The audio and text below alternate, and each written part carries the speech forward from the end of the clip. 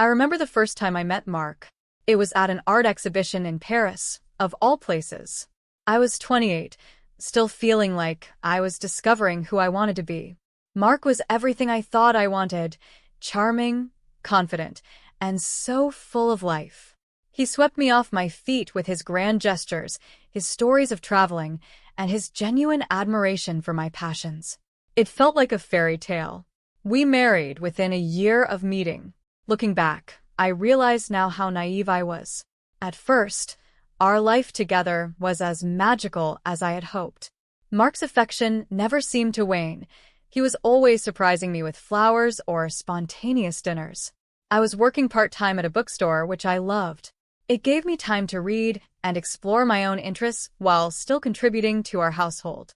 But as time went on, things started to change. Shortly after we got married, Mark's demeanor began to shift. The charming man I had fallen for was replaced by someone who was demanding and lazy. He began to treat me less like a partner and more like a caretaker. His freelance photography career, which had seemed so exciting at first, became unstable. He would jump from one project to another, never sticking with anything for long. And as his career faltered, so did his motivation. I was pressured into quitting my job at the bookstore. Mark insisted I stay home, saying it was the best for our family. I gave in, thinking that maybe he knew better. But as I stayed home, taking care of our son, Leo, and managing the household, it became clear that Mark wasn't contributing at all. He'd spend days on end lounging around, leaving me to juggle all the responsibilities. Our marriage began to crumble under the weight of his neglect and my growing resentment. Leo was 8 years old by then, full of energy and curiosity. I did my best to make his life as normal as possible, despite the tension at home. Mark barely interacted with him, leaving me to handle everything from school pickups to bedtime stories. It felt like I was living in a constant state of exhaustion, trying to keep our family together while feeling like I was losing myself. The turning point came in the form of a severe traffic accident. I was on my way to the grocery store when a car hit me. I remember the pain and confusion vividly. I was rushed to the hospital, and the injuries were serious. I spent weeks there, unable to move much, the whole time feeling abandoned. Mark's behavior during this time was shocking. He didn't visit me for weeks. When he finally did, it wasn't to comfort me. Instead, he criticized me for not being able to handle household chores and blamed me for everything that was going wrong. It was then that he demanded a divorce. His words stung, but deep down, I wasn't surprised. I had been thinking about ending our marriage for some time, but I was waiting for the right moment. I had already suspected that something was off in our marriage. I had discovered Mark's affair with a woman named Sophie. I found love letters hidden in his studio. They were filled with affection and promises, things I had once thought were meant for me. The pain of that discovery was immense, but it also gave me clarity. I hired a private investigator to gather evidence, and what he uncovered was even worse than I had imagined. The photos and recordings of Mark and Sophie together were proof of his betrayal. With all this evidence, I felt a mix of sadness and determination. When Mark finally pushed for the divorce, I agreed without hesitation. He was taken aback by my swift response, but I was ready. The financial dependency I had felt for years was about to change, and I was no longer willing to stay in a marriage that had become so toxic. Then came the unexpected call from my father, Robert. He and my mother were retiring from their luxury boutique chain in Paris, and they wanted to transfer their assets to me, $10 million. The news was overwhelming, but it also gave me a sense of liberation. For the first time, I felt truly free to make decisions for myself without being financially tethered to Mark. Soon after, another accident, this time a car hitting me, left me bedridden for months. My time in the hospital was a blur of pain and recovery, and Mark's indifference only made things worse. When he visited, his focus was solely on finalizing the divorce. I handed him the papers, and he signed them without a second thought. Living with my parents while I healed was a comfort. The support they provided was a balm to my wounded spirit. I knew I was making the right choice, but the journey ahead was still uncertain. The sense of freedom I felt was tempered by the challenge of rebuilding my life from the ground up. As I lay in bed, Recovering from the accident, I couldn't help but reflect on everything that had led me to this point. I was determined to reclaim my independence and rebuild my life, no matter what challenges lay ahead. Little did I know the real test was just beginning. Life after the accident was a whirlwind of emotions and adjustments. I was still in the hospital, my body slowly mending from the injuries, when I made the decision to finally move forward with the divorce. Mark's visits were sporadic and cold, often more about finalizing the paperwork than about showing any real concern for me. His attitude only reinforced my resolve to break free from the toxic relationship. I remember one particularly difficult day. I was lying in bed, my body aching with every movement, when the hospital room door opened. Mark walked in, his expression as indifferent as ever. "How are you feeling?" he asked, but there was no warmth in his voice. "Still in pain," I replied, trying to keep my voice steady. Mark nodded, but his next words were a harsh blow. "I need you to sign these papers. We need to finalize everything. I've got things to do, you know." He thrust a stack of documents at me, barely glancing at my face. It was as if my suffering was nothing more than a minor inconvenience to him. I took the papers with trembling hands and signed them, my heart heavy with the weight of finality. I had already prepared myself for this moment, but it was still a painful realization of how far we had fallen. As I was preparing to leave the hospital and move in with my parents, I couldn't help but feel a strange mix of relief and apprehension. My parents, Robert and Linda, were waiting for me at their home, eager to help me recover and support me in any way they could. Their home was a stark contrast to the environment I had left behind, warm, loving, and filled with the reassurance that I wasn't alone in this. I spent several months recuperating at their house. Every day was a struggle, but it was also a chance to rebuild my strength and my spirit.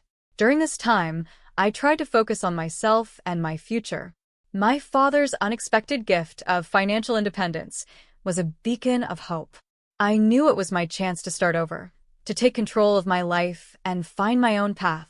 As I started feeling better, I began to think about what I wanted to do with my newfound freedom. Returning to graphic design had always been a dream of mine, but I hadn't had the opportunity to pursue it fully.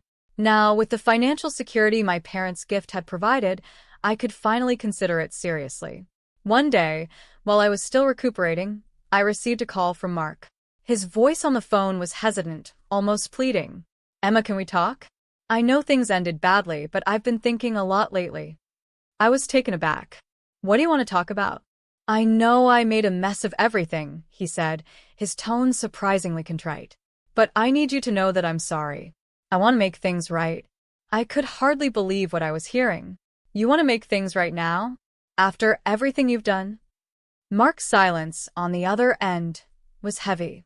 "I know I messed up, but I didn't realize how much until it was too late. Sophie, she isn't what I thought she'd be. She's not like you." His words stung, but they also confirmed what I already knew: his second marriage was falling apart. I wasn't sure what Mark expected from me, but I had no intention of going back to the life I had left behind. "I appreciate the apology," I said, my voice steady. "But I'm not interested in revisiting our past. I've moved on. And you still have responsibilities, alimony, and child support that need to be settled." Mark's response was a mixture of frustration and desperation. "Emma, please don't do this. I need you to understand that I regret everything." I hung up the phone feeling a mix of relief and sadness. I had hoped for closure, but his call only reminded me of why I had made the decisions I did. It was clear to me that Mark's actions had been driven more by regret than by any real understanding of the pain he had caused. As I continued to heal and reflect on my life, I felt a growing sense of empowerment. The freedom and financial security my parents' gift had given me were transforming into a renewed sense of purpose. I was determined to use this opportunity to rebuild my life on my own terms, to embrace my independence and reclaim my self-worth. Little did I know, the journey ahead would test my resilience in ways I had never imagined. But I was ready to face whatever came next, knowing that I had the strength to overcome it all. By the time I was fully recovered, I had settled into a new routine with my parents, and my life was beginning to take on a sense of normalcy again. My father's unexpected gift had given me more than just financial security. It had given me the chance to dream and rebuild. I decided to use this opportunity to return to my passion, graphic design. With the resources available to me, I could finally take the leap I had always wanted. I started small, taking on freelance design projects from home. It was a slow start, but each project reminded me of my capabilities and my love for the creative process. My parents were incredibly supportive, and their encouragement was a comforting constant in this new phase of my life. One evening, as I was working on a design project in the cozy living room of my parent house, the phone rang. It was Mark again. His voice, this time, was filled with frustration. "Emma, I need to talk to you. It's about Leo." I took a deep breath before answering. "What's going on?" "There's been a problem with Sophie," Mark said, his voice wavering. "She's not managing things well, and I'm struggling to keep up with everything. I need your help with Leo." I was taken aback. "Help with Leo? You've been absent for so long, and now you want to involve me?" I know, Mark said quickly. "I've made mistakes, but I'm trying to fix them. I just don't know how to manage everything with Sophie falling short." His words were frustrating. "Mark, I've moved on from this life. Leo deserves stability, but I can't just drop everything to fix your problems." Mark's response was desperate. "Please, Emma. I'm at my wit's end here. I need you to help us work something out for Leo's sake." I was torn. My first instinct was to protect my son from any further disruption, but I also knew that I had my own life to rebuild. I agreed to meet with Mark to discuss Leo's situation, but I made it clear that any involvement would be on my terms. The meeting was uncomfortable. Mark looked exhausted, and Sophie was nowhere to be seen. "Emma, thank you for coming," Mark said as we sat down in a small cafe. "I'm trying to make things right, but I need your help." I studied him, seeing the weariness in his eyes. "What exactly do you need?" "We need a better arrangement for Leo," Mark explained. "He's been asking about you and seems unsettled. I'm struggling to manage his needs, and Sophie, she's just not fitting into the role of a mother." The reality of the situation was hard to ignore. Leo was caught in the middle of a broken family, and despite everything, I knew I had to be there for him. "All right," I said, trying to stay calm. "I'll help coordinate some arrangements for Leo. But this needs to be done properly, with clear boundaries." Mark nodded, visibly relieved. "Thank you, Emma. I appreciate it." We worked out a plan that included regular visits and clear communication about Leo's needs. It wasn't perfect, but it was a start. I had no illusions about Mark's intentions or his ability to handle everything perfectly, but I needed to ensure that Leo's well-being was prioritized. As the weeks passed, I found a rhythm in my new life. My freelance work picked up, and I began to feel a sense of accomplishment and purpose. I was finding joy in my work and comfort in the love and support of my parents. My relationship with Leo improved, and seeing him happy and thriving brought me a sense of fulfillment I had missed for years. Mark's situation with Sophie continued to unravel, but I remained focused on my own path. It was clear that Mark's problems were far from over, but I chose not to dwell on them. My priority was to be a supportive mother and to continue building a future for myself and Leo. One evening, as I watched Leo playing in the park, I felt a profound sense of peace. The journey to this point had been filled with challenges and pain, but it had also been a path to rediscovery and empowerment. I had faced my fears, stood up for myself, and embraced a new beginning. Life wasn't perfect, but it was mine, and I was learning to navigate it with strength and resilience. I knew that the road ahead would have its own set of challenges, but I was ready to face them head-on. My story was far from over, and I was determined to make the most of every opportunity that came my way. The months following the divorce and the new arrangement with Leo were a whirlwind of adjustment and growth. I had settled into a new rhythm, finding solace in my work and the simple pleasures of life. It was during this period that I received a call that was both surprising and unsettling. Mark, who had been relatively quiet after the divorce, reached out again. "Emma, can we talk?" he asked, his voice strained. I agreed to meet him, curious about what he wanted this time. We met at a quiet cafe in Paris, a place where we had once shared happier moments. Mark looked older and more worn out than I remembered. Emma, he began, his voice trembling slightly. I'm in trouble. Sophie and I, things didn't work out. She's left, and now I'm facing financial difficulties. I've realized how much I messed up, and I need your help. I listened, feeling a mix of emotions. Mark, what are you asking of me? I'm asking for a chance, he said. I know I was wrong. I've been trying to reach out to you because I've realized what I lost. I need to make things right, and I'm not sure how to do it alone. I took a deep breath. Mark, I've worked hard to rebuild my life. I've found stability and purpose, and I can't let your problems derail that. But I do want to make sure Leo is okay. What exactly do you need? I need help with the financial obligations, Mark admitted. I can't keep up with the child support and alimony payments. I'm struggling, and I don't know how to manage it all. The request was difficult to hear. I had always known that Mark's decisions would have consequences, but hearing him admit his struggles was a stark reminder of the reality he was facing. Mark, I said, I've been doing everything I can to provide for Leo. I can't take on more than I already have. You need to find a way to manage your responsibilities. Mark's face fell, and he looked defeated. I understand. I wanted you to know how sorry I am. I've made so many mistakes, and I see now how much I hurt you and Leo. His apology was too little, too late. Mark, I appreciate your honesty, but actions speak louder than words. You need to take responsibility for your actions and face the consequences. As we parted ways, I felt a sense of closure.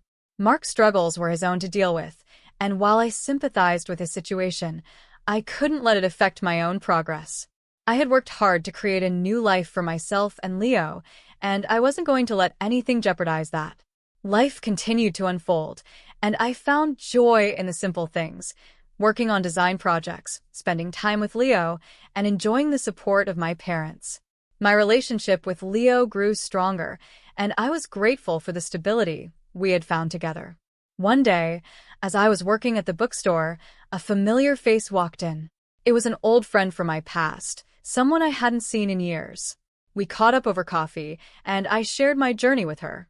She listened attentively, offering support and encouragement.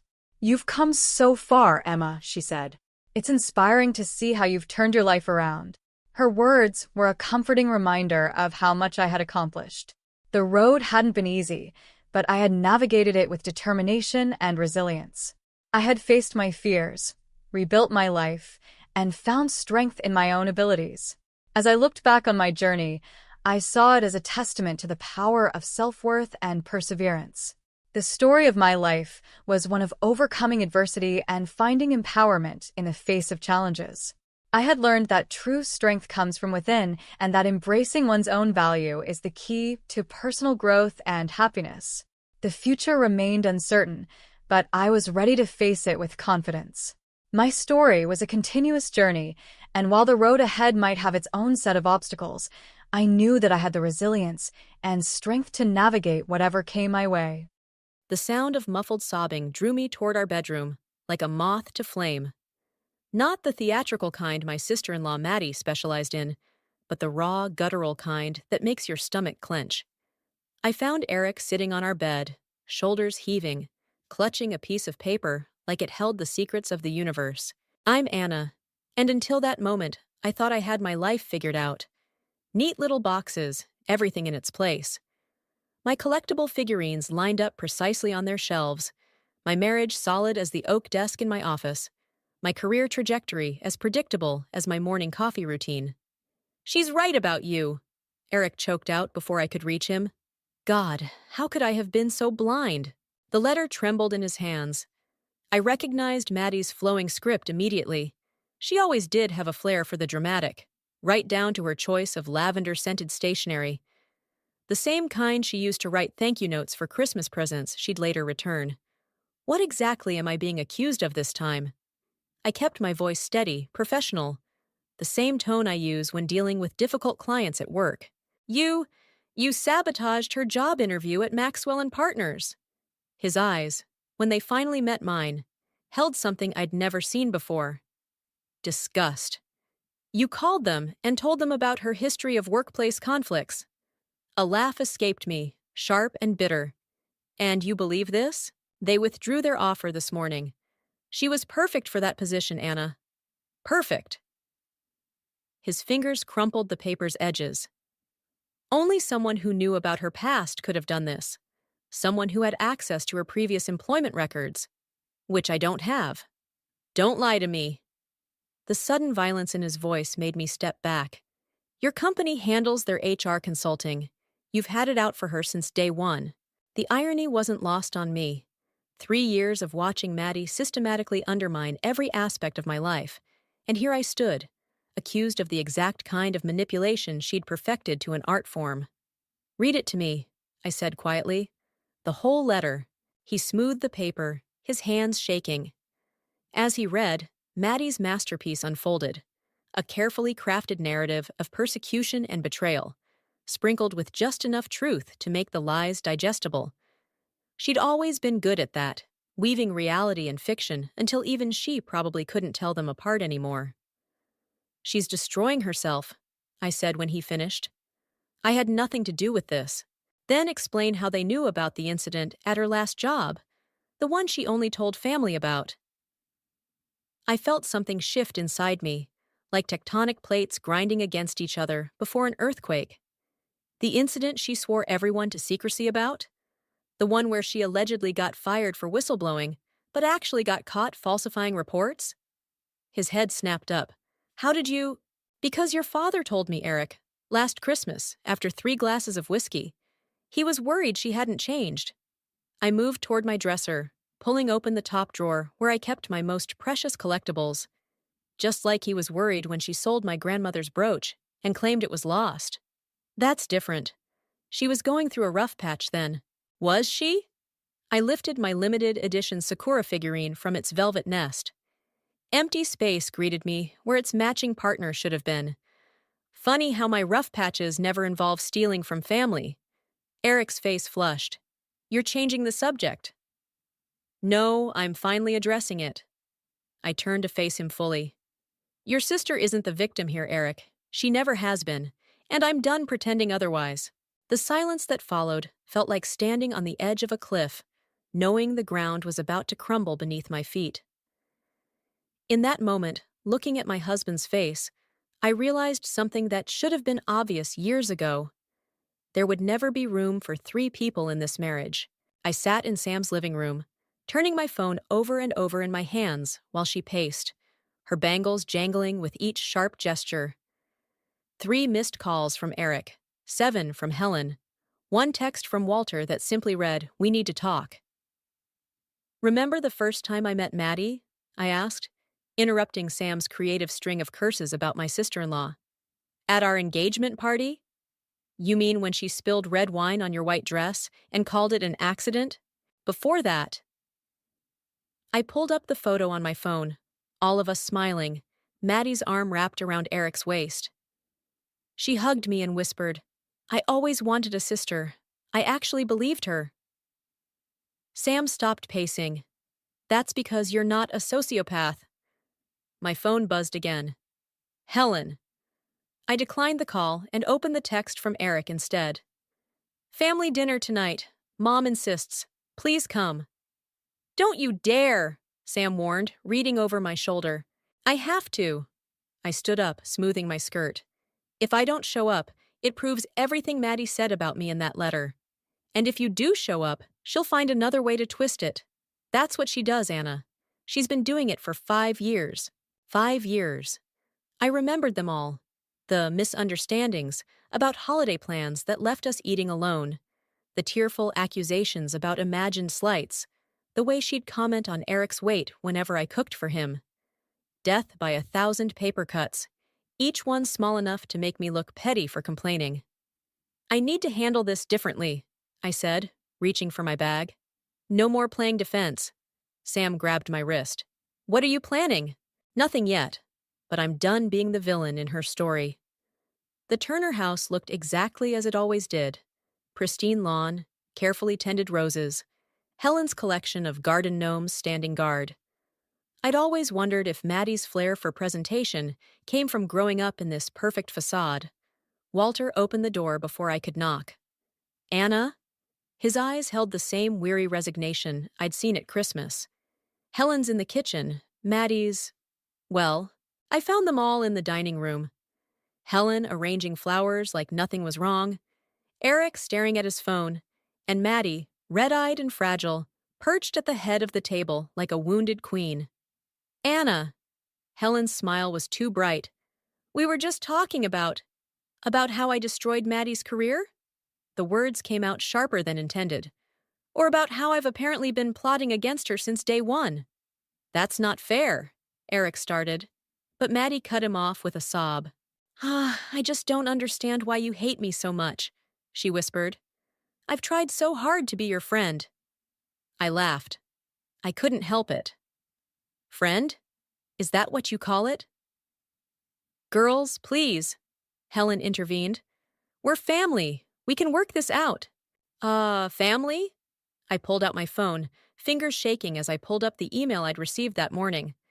Is that why someone using your PayPal account, Maddie, just listed my limited edition Sakura figurine on eBay? The one that mysteriously disappeared last month? The room went silent. Maddie's face didn't change, but something flickered in her eyes. Not guilt, but calculation. Oh, Anna! Her voice dripped with pity. Is that what this is about? Your little toys? She turned to Eric. I told you she wasn't ready for real responsibilities. She's still playing with dolls while I'm trying to build a career. They're collectibles, I corrected automatically, then caught myself. And you're changing the subject. Explain the PayPal listing. I have no idea what you're talking about. She reached for Eric's hand. But this obsession with blaming me for everything has to stop. It's not healthy. I watched Eric squeeze her hand back, and something inside me hardened.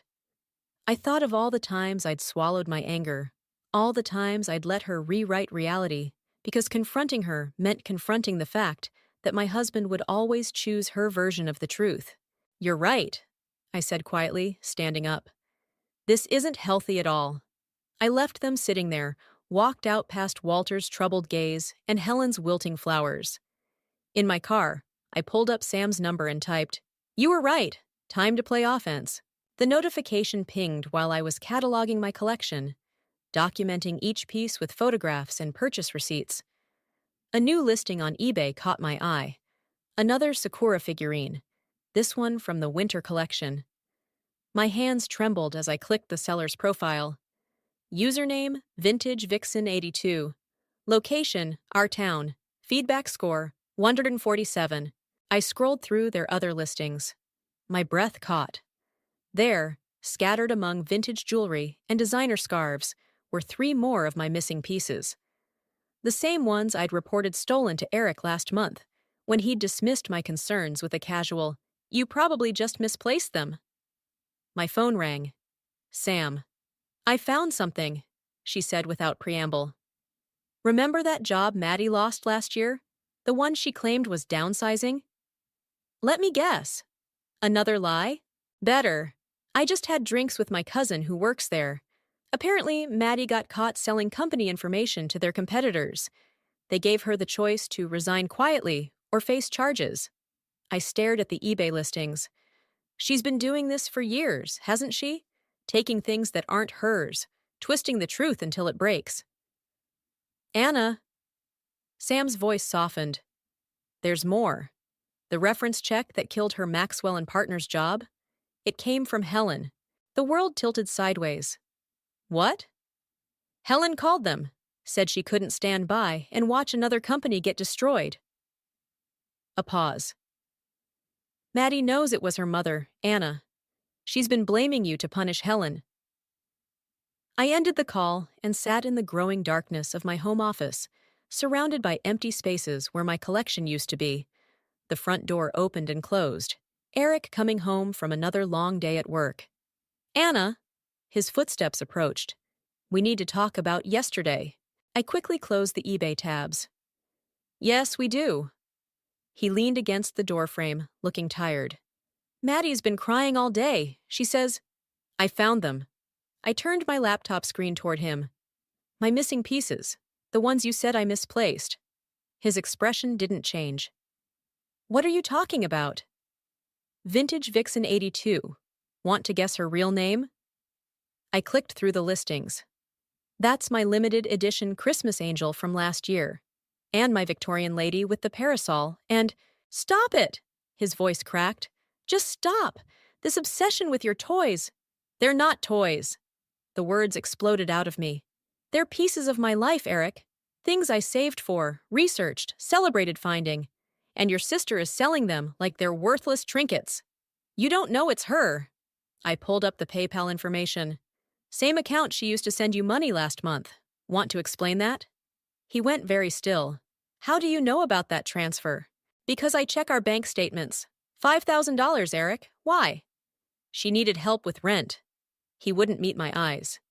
It was temporary. Like the 3,000 before that? And the 2,000 before that? I stood up slowly. How long have you been financing her lies? She's family. So am I. My voice shattered the quiet. Or at least I thought I was. His phone buzzed. Maddie's ringtone. Of course. He glanced at it, then back at me. Go ahead, I said quietly. Answer it. She probably has another crisis that needs your attention. Anna, please. No. I turned back to my laptop. I'm done playing this game. Either you see what's happening or you don't. But I won't keep pretending everything's fine while she dismantles our life piece by piece. He took a step toward me, then stopped as his phone buzzed again. I watched him hesitate, watched the moment he chose, just like he always did. I have to take this, he muttered, already walking away. I waited until his voice faded down the hallway, then opened my email. The message to Walter was already drafted. I need to show you something. Meet me tomorrow at 10 a.m. My cursor hovered over the send button. Once I did this, there would be no going back. No more peaceful family dinners. No more pretending we were one big happy family. I thought of my empty shelves, of Eric's retreating back, of Maddie's smug smile at yesterday's dinner. I clicked send. Walter's coffee had gone cold, untouched, as he studied the evidence spread across Sam's dining room table. Bank statements, screenshots, a detailed timeline of missing pieces and mysterious payments. His engineer's mind cataloging each detail, connecting dots I'd been too close to see. $10,000, he said finally. That's how much Eric has given her in the past year alone. Sam leaned against the doorframe, arms crossed. There's more. Show him the storage unit, Anna. My hands shook as I pulled up the photos on my laptop. I followed her yesterday, Unit 47 at Safe Store on Mason Street. I turned the screen toward Walter. Paid for with Eric's credit card. The images showed what I'd discovered through the unit's partially open door. Shelves of collectibles, jewelry, designer bags. Some I recognized as mine. Others belonged to Helen, items she'd reported missing over the years. But most I'd never seen before. Walter's face aged 10 years in 10 seconds. She's been doing this to other people. I tracked some of the eBay sales, Sam said. She's been targeting wealthy families she befriends through her temp jobs, gets invited to their homes, gains their trust. Then things start disappearing, I finished. Small things at first, easy to dismiss as misplaced. Walter pushed back from the table. Have you gone to the police? And tell them what? That my sister-in-law is stealing family heirlooms and selling them online? That my husband is financing her lifestyle? I laughed, the sound hollow. Maddie's too smart for that. Everything's tangled up in family politics and plausible deniability. My phone buzzed. Eric again. Third call today. I declined it. He needs to know, Walter said quietly. He won't believe me. He never does. I gathered the papers, organizing them with mechanical precision. But maybe he'll believe you. Walter's phone chimed. He checked it, his expression darkening. Helen says Maddie's at the house. She's telling them you broke into her apartment. Says she has security footage. Sam swore. I felt oddly calm. Of course she does. I pulled up one final email on my laptop. Because I did exactly what she expected me to do. What she wanted me to do. The email was from Maddie's landlord, responding to my inquiry about her security system. There wasn't one. Never had been. She's playing us against each other, I realized. All of us. Helen's reference check, my investigation, your confrontations. She's orchestrating everything. Walter stood abruptly. I need to make some calls. Dad, wait. But he was already heading for the door, phone in hand. Sam watched him go. He'll warn her. No, I smiled, remembering the steel I'd seen in Walter's eyes. He'll do exactly what she expects. Try to handle it quietly, protect the family name. And while he's doing that, we'll be following the money. Sam pulled out her laptop. I've got a friend in digital forensics who owes me a favor. My phone buzzed again. This time, a text from Helen. Family emergency meeting tonight. Everyone must attend. Below it, a message from Maddie. Time to end this, sister dear. Unless you'd rather Eric finds out about those mysterious transfers from your personal account to offshore banks? I stared at the screen, ice spreading through my veins. I hadn't made any transfers. Sam. My voice sounded distant. I need you to check something for me. She was already typing. The banking Trojans? Yeah, I see them. She's good. Backdated transactions, fake paper trails. If I hadn't known what to look for, she's framing me. The realization hit like a physical blow. She's been setting this up for months. Anna. Sam grabbed my arm. This isn't about your collectibles anymore. This is about destroying you. I looked at the evidence spread across the table, all the careful documentation of Maddie's crimes that now seemed hopelessly naive. She'd been 10 steps ahead the whole time. No, I said, reaching for my car keys. This is about making sure she never destroys anyone else. I sat in my parked car outside the Turner house, watching shadows move behind the curtains. Sam's words echoed in my head. You're walking into a trap, but sometimes the only way past a trap is through it. My phone lit up with a text from Sam. Digital forensics confirmed it. The banking Trojan originated from Maddie's IP address. But Anna, there's something else. Call me. I silenced the phone and stepped out into the evening air. Through the front window, I could see them all gathered in the living room. Helen wringing her hands, Walter standing rigid by the fireplace, Eric pacing, and Maddie, perfectly positioned in the center of it all. The door opened before I could knock. Helen's face was drawn, older than I'd ever seen it. Oh, Anna. She reached for my hand, then stopped herself. We've been discussing things. The living room fell silent as I entered. Eric wouldn't meet my eyes. Maddie dabbed at hers with a tissue. Before we start, Walter said, his engineer's precision cutting through the tension, I think we should review the facts. Facts? Maddie's voice quavered. Like the fact that my sister-in-law has been systematically trying to destroy my life? Or the fact that she's been embezzling money through offshore accounts? I stayed silent, watching Eric's reaction. His shoulders tensed, but he didn't turn around. I have proof, Maddie continued, pulling out a folder. Bank statements, transfer records. Fabricated with a banking Trojan from your IP address. The words fell like stones into the silence. Maddie didn't miss a beat. More accusations? More paranoid theories? She turned to Eric. Tell them about the storage unit, honey. Tell them what you found. Eric finally turned. There were photos, Anna. Surveillance photos of Maddie. Her apartment. Her workplace. You've been stalking her. I was gathering evidence of her thefts. I pulled out my phone, pulled up the photos of the storage unit. Everything she's stolen is in there. Your mother's jewelry, my collectibles. The storage unit you broke into? Maddie interjected.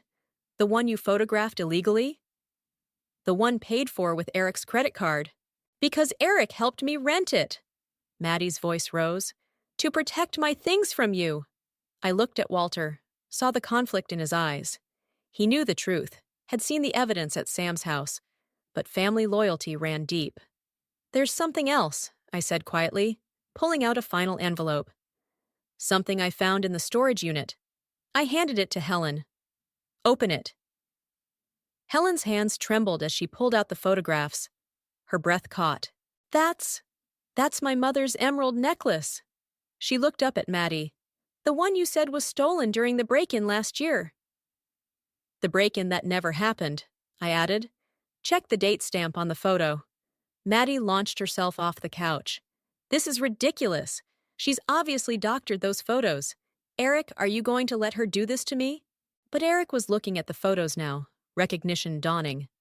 That's the necklace you were wearing in your LinkedIn profile picture last month. For a fraction of a second, Maddie's mask slipped. I saw something cold and calculating in her eyes before the tears started again. My phone buzzed insistently. Sam again. I should have answered earlier, should have heard what else she'd found. But it was too late now. I think, Maddie said, her voice suddenly steady. It's time we discussed the real reason behind Anna's vendetta against me. She pulled out her own phone. Did you know your wife has been meeting with divorce lawyers, Eric? Planning to take everything you have? The room spun. I hadn't met with any lawyers, but I knew, with crushing certainty, that Maddie had evidence suggesting otherwise. She'd thought of everything.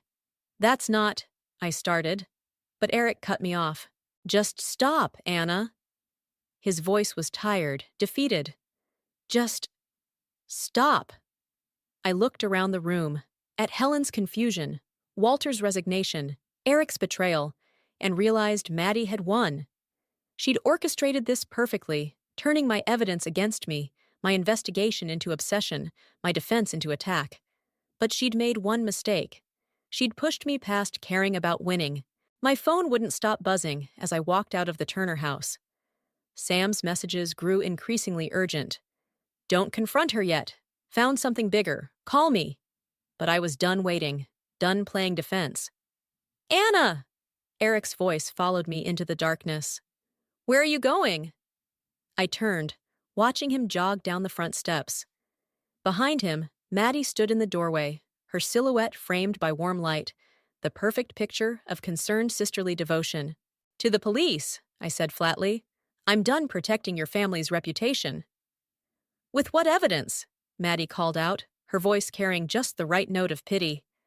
The photos you took illegally? The banking records you fabricated? The storage unit, I started, but Eric cut me off. The one I helped her rent? To protect her things from you? He ran his hands through his hair. God, Anna, listen to yourself. You're obsessed. My phone buzzed again. Sam, take the call, Maddie suggested sweetly. It's probably your divorce lawyer. Or should I tell them about that too? I reached for my car door, but Eric grabbed my arm. We need to talk about this, about what you've been planning. Planning? I yanked free. Like your sister planned the break-in that never happened? Like she planned those offshore transfers from my account? Stop! His voice cracked. Just stop lying. Lying! I laughed, the sound sharp enough to cut. You want to talk about lies? Ask your sister about her last job. Ask her what really happened to that client's confidential files. Maddie's face changed for a split second, a flash of something cold and calculating before the tears started. Eric, she sobbed, make her stop, please. He moved toward her automatically, protective big brother mode engaged. I watched them, really watched them, and something clicked into place. You knew, I said quietly. About the files. About everything. Eric froze. You helped her cover it up, didn't you? That's why you gave her the money.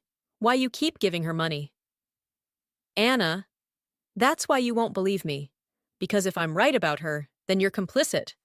Maddie's sobs stopped abruptly. She stepped forward, mask dropping completely. Careful, Anna, she said softly. You're not the only one who can gather evidence. Those offshore accounts, they're real. And guess whose name is all over the paperwork? My phone buzzed one final time, then fell silent. Too late, I realized what Sam had been trying to tell me. The police are already investigating, Maddie continued. Anonymous tip. They'll find exactly what they're looking for, a pattern of theft and fraud, all leading back to you. You set me up. The words felt hollow. From the beginning. No, Anna. Her smile was almost gentle. You did this to yourself.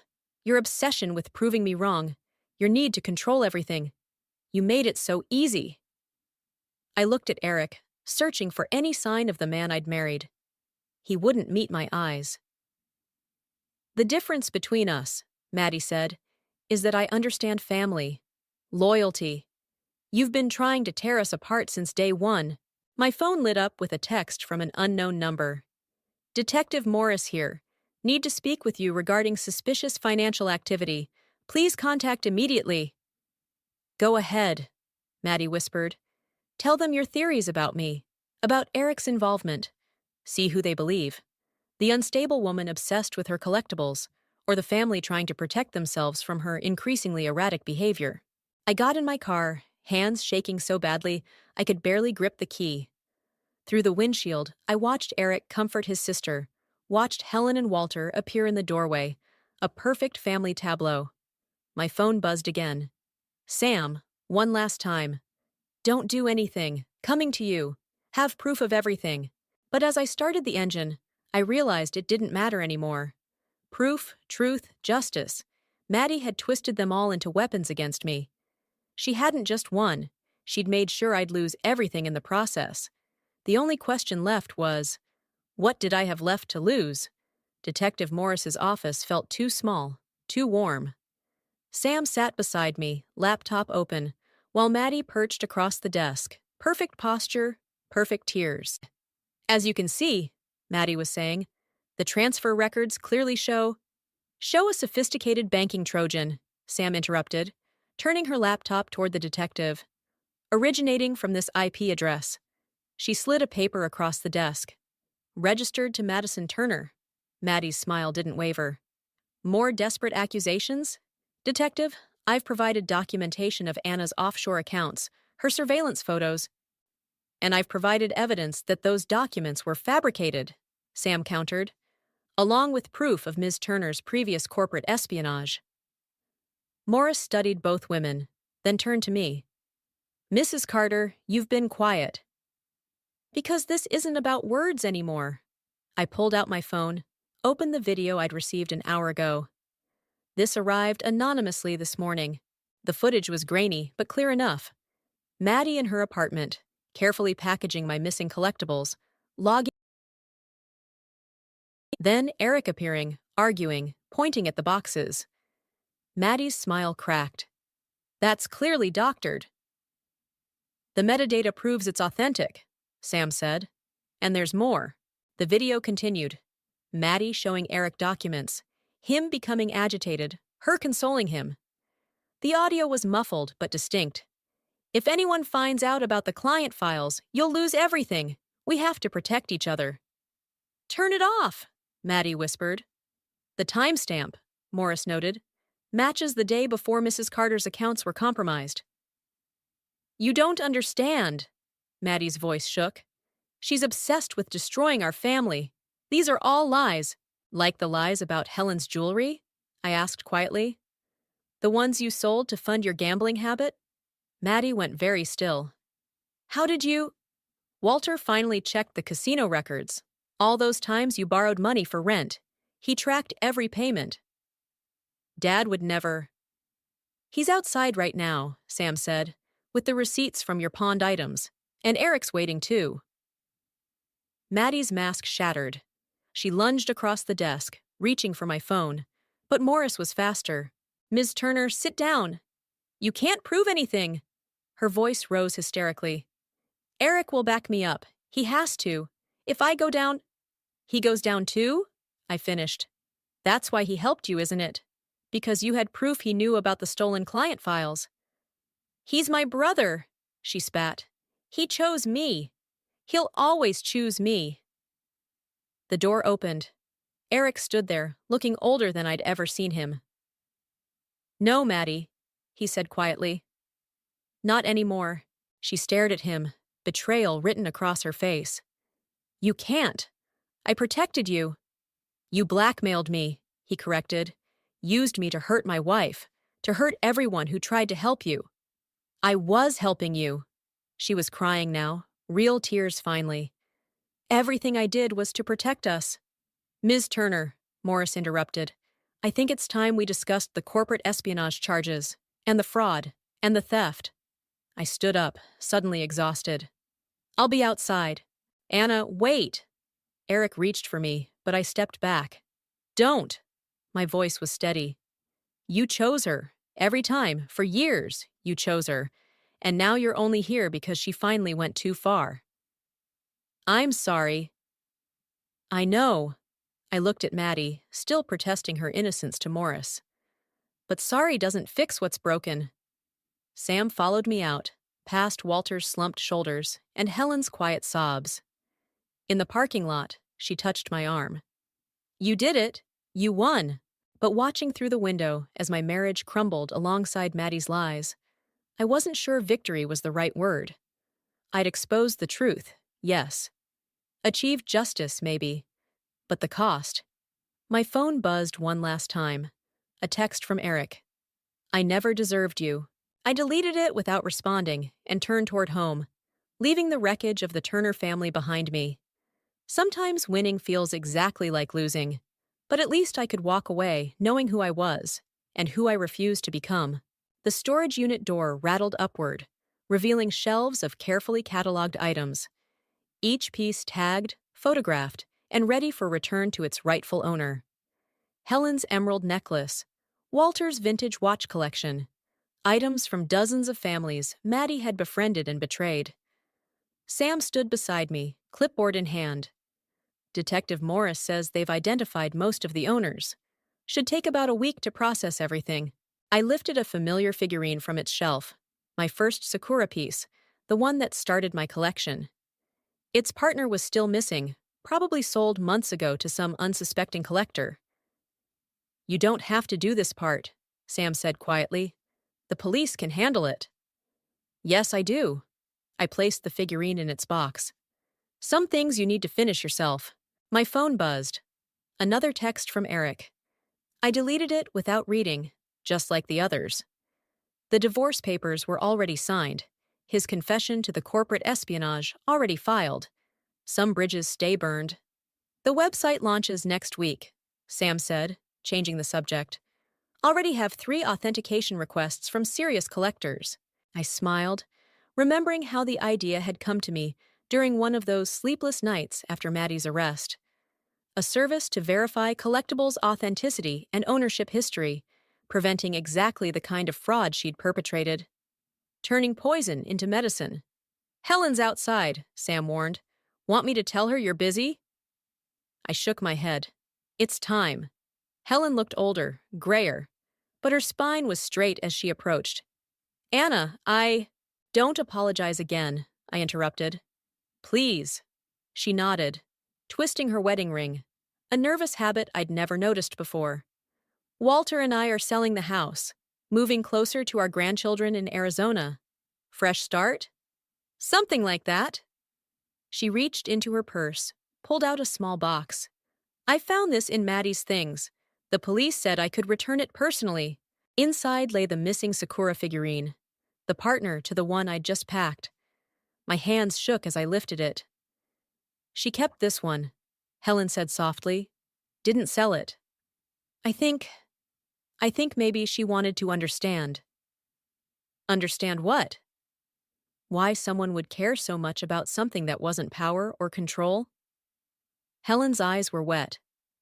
She never could.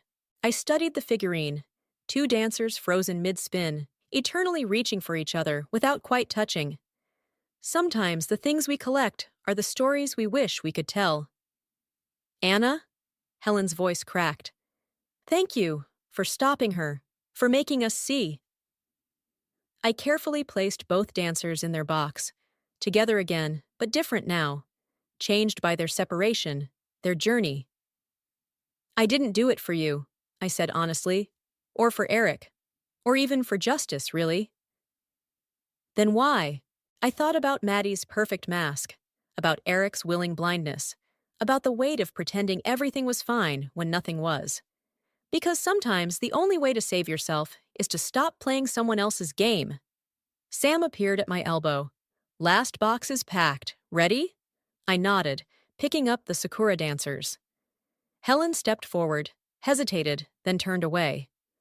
Another bridge not quite burned, but transformed into something different. Something honest, Outside, the summer air hummed with possibility. Sam's car was loaded with website designs and business plans. My apartment waited across town, empty of Eric's things, but full of space for new collections, new stories. You know what's funny? I said as we drove away. Maddie thought she was teaching me about revenge, but what she really taught me was about value. How so? Some things are worth collecting. I touched the box in my lap. And some things are worth letting go. Sam smiled. Speaking of collecting, there's an auction next week. Rare porcelain pieces. Sounds perfect. I watched the storage unit disappear in the rearview mirror, taking the last pieces of my old life with it. But this time, I think I'll collect for joy. The dancers shifted in their box as we turned toward home, their eternal spin finally complete. Not quite touching, but no longer reaching either. Sometimes that's enough. Exiting the OBGYN were Jeff, my husband, and an unfamiliar woman. No way. Jeff, you were having an affair? I had witnessed my husband's affair. Moreover, it seemed his mistress was pregnant. In a panic, I approached them to ask what was going on, and she said, "I'm pregnant with your husband's child. Please divorce him quickly." Despite being in front of his real wife, she was utterly unfazed and selfishly asked for a separation. I was dumbfounded by Tracy's audacity. There was no point in staying married to Jeff under these circumstances. "All right," I said, "if that's what Jeff wants, let's do it." Then the two of them looked at each other, held hands, and began to celebrate. "So, we don't have to hide our trips anymore?" Yay! Huh? Trips? Actually, we're going on our honeymoon next week. I was going to lie and say I was on a business trip, but there's no need to sneak around anymore. Their forthrightness may have stemmed from my agreement to divorce. They felt free to say anything in my presence, revealing details I hadn't even asked for. Their selfish behavior continued thereafter. I had told Jeff we needed to talk, but he hadn't returned home in days. Were they planning to talk after returning from their trip? I had thought so until one day. Unbelievable. 33 filled-out divorce papers were mailed to me. Among them were photos of my husband and his mistress together, clearly meant to harass me. They clearly wanted a quick divorce, but why send these during their trip? They didn't give us a chance to talk, just sent these papers unilaterally. Rebecca, nice guts. Be prepared. Something snapped inside me. My name is Rebecca. I'm a nurse at a general hospital. I met Jeff 3 years ago at a friend's wedding. Unlike me, who is shy and not good at conversation, Jeff was the life of the party and stood out among the guests, which piqued my interest. After the reception, everyone moved to the venue for the after party, which was informal. I sat at the far end of an island table with Claire, a high school classmate. Then, Jeff sat down next to me. "I hope it's okay, I sat next to you," he said. Despite my introverted panic, he continued to talk to me without hesitation. "Do you have a boyfriend?" "No." "Where do you work?" Oh, right. "How old are you? Are we the same age?" He bombarded me with questions. When Jeff's friend noticed my discomfort, he teased Jeff. "Dude, you're asking too many questions," she's shocked. His friend's comment made Jeff realize he might have scared me. And he blushed, apologizing, "Really sorry. I didn't mean to scare you. I was just curious. Man, he's been saying how cute you are since the ceremony. He's a good guy, give him your number." I was egged on by Jeff's friend. At that time, I didn't have a boyfriend or anyone I was interested in. So I agreed to exchange contact information with Jeff. When I agreed, Jeff showed a big smile, highlighting his dimples. "Thank you. I'll definitely contact you. and he did the next day. Jeff invited me out for a meal. Alone, he seemed less boisterous and more hesitant. Do you have any favorite foods?" he mumbled. Jeff was a bit shy, cute with his noticeable dimples. I started to find him adorable. After several dates, our relationship progressed. About 6 months later, Jeff proposed, and we quickly decided to marry. Once married, we moved in together, but I had some concerns. Hey, what about the wedding expenses and the rent? And other costs for living together? I brought it up indirectly, as it was hard to talk about. I work as a nurse and believe my salary is fairly high. However, Jeff works as an office clerk at a manufacturer. My salary and bonuses were significantly higher than his. And I wondered if he might feel uneasy about it. However, Jeff casually said, "Why not go halves? Right now, I earn less and honestly don't have much saved. But I'll try my best not to lose to you, Rebecca." My worries were unfounded, as Jeff seemed more positive than I expected. But I had another concern. You know, I have night shifts. I come home in the middle of the night or in the morning, and my work hours are irregular. Can you help with the household chores? My job as a nurse means irregular hours. Honestly, it's hard to manage without sharing household chores, which was crucial for me. Household chores. We should do them together, right? If you're okay with a guy cooking. I can cook and do the cleaning and laundry without much hassle. Let's work together. This reassurance was similar to our earlier conversation about salary. Jeff had lived alone before, so he was capable of handling chores without feeling burdened. He eased my fears, and we registered our marriage without any issues. Our friends and both families celebrated our new beginning, and we started our life together. Jeff kept his promise to actively do household chores. After a night shift, I'd return home to find pasta wrapped and waiting in the fridge. The cleaning and laundry were well taken care of. On days I cooked, Jeff would eat heartily, asking for seconds. Delicious. Is there more? On weekends, he would take me out on dates. We lived blissfully, just the two of us. All that was left was for us to have a child, for everything to be perfect. However, conceiving turned out to be more difficult than I had anticipated. Honestly, I had naively assumed that getting pregnant would be easy once we were married. It seems many people might think the same. But reality often proves otherwise. Even after a year of marriage, I had not become pregnant. I was 28 at the time, and I had hoped to have a couple of kids by the age of 30. A desire I had shared with Jeff before we married. However, Jeff didn't seem to be in a hurry, saying, "Let's not rush it." Perhaps he was right, as these things can't be forced. But my concern wasn't just about not rushing. Our intimacy had significantly decreased compared to when we were first married. No matter how much one might say it's out of our hands, without intimacy, there can be no children. Initially, we slept together in the same bedroom. But due to my job, I often came home in the middle of the night, frequently waking Jeff up. Eventually, Jeff suggested I wake up with even the slightest noise. Maybe we should sleep in separate bedrooms? This separation likely also played a role in our difficulty in conceiving. I began to feel somewhat depressed about our chances of having children. Still, our relationship wasn't bad, and I enjoyed my time with Jeff. So I tried not to dwell on it too much.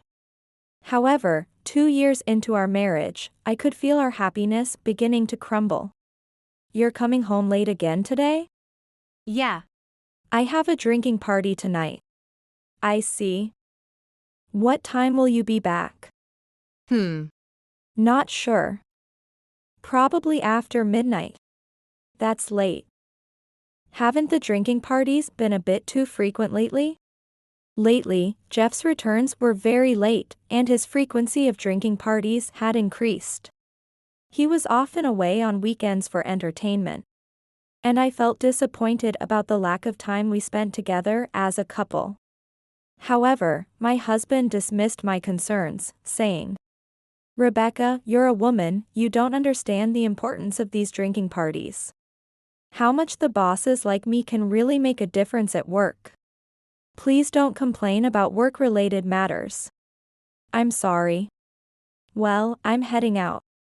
Seemingly upset by my words, Jeff slammed the front door as he left. The vibration and air pressure from the door closing knocked over a photo frame on the entrance hall table, a picture of us smiling at our wedding. Left alone, I sighed deeply, and slowly set the photo frame upright before heading to work. I understood the importance of workplace relationships. But it wasn't just the late returns. Recently, Jeff's attitude towards me had clearly changed, causing me anxiety. Again, he didn't make dinner. Previously, Jeff would prepare meals before his work to ease my burden when I returned from night shifts. But that had stopped. Eventually, I had to prepare meals myself after a short nap. I also had to point out, "Why haven't you done the laundry?" The laundry basket was overflowing, yet it remained untouched. Today was supposed to be Jeff's turn to clean. What's the big deal? I was busy. It is a big deal. The basket is so full. Where am I supposed to put the clothes I wore today? Oh, stop nagging. If you're going to complain, just do it yourself. Jeff lay on the couch, fiddling with his phone and ignoring me. I ended up doing the laundry myself, as he made no move to help.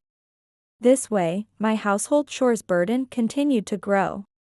We had agreed to share household responsibilities before marriage and set rules together. But those rules had gradually fallen apart at Jeff's convenience.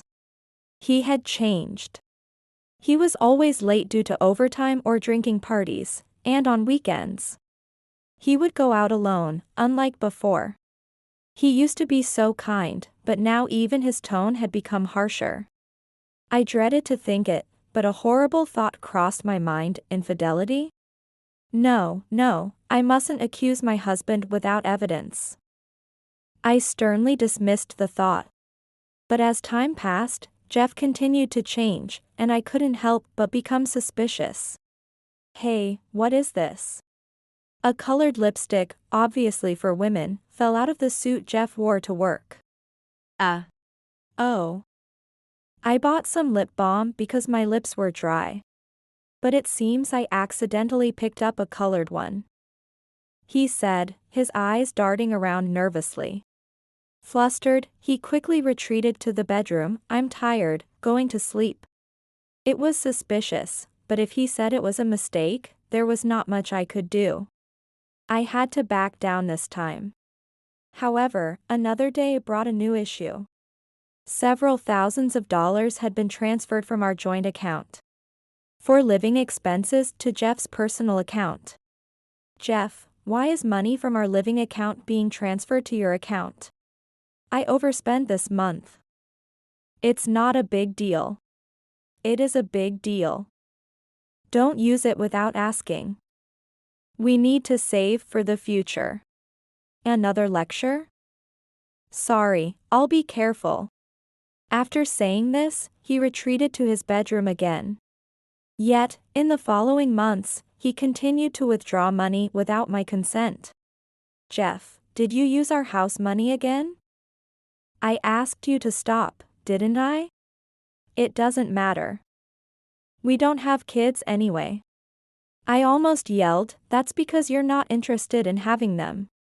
But I held back, biting my tongue. "It's not just about that. I don't understand why you need to spend $1,000 to $2,000 a month just because we don't have kids. What are you spending it on? Why do I have to explain every penny I spend to you?" Jeff snapped back, getting defensive. Even when we're arguing like this, Jeff never puts down his smartphone. He keeps it with him even when going to the bathroom or taking a bath. It's like his wife is not me, but his smartphone. Can't you just put down your phone for once during such times? Look at me and talk. I couldn't help but get emotional too. Ah. Enough. You're so annoying. Just let me be. Saying this, he retreated to his room while still looking at his smartphone. He says he wants freedom, but isn't he already doing whatever he wants? Where did the husband I loved go? I haven't seen his dimpled smile, which I loved, in who knows how long. When he's home, he's always irritable. The trace of his kindness has completely vanished. What do I even like about this man anymore? I feel my feelings for Jeff cooling down more and more. I spend my days questioning whether I should divorce him. Then one day, Claire, a friend from nursing school, contacted me. Want to catch up over a meal? It's been a while. Yes. I'd love to. It's been so long, hasn't it? Where should we meet? At your place like usual, or my house? Actually, it'd be better near my workplace this time. Sorry, but could you come here? And how about around 3 p.m.? Claire, though she works in a different hospital, is a nurse like me. She suggested meeting at a cafe near the OBGYN where she works. Usually, when Claire and I meet, we just hang out at one of our homes and have a leisurely meal, but this time was different. Though it struck me as odd to meet at 3 p.m., neither lunch nor dinner time.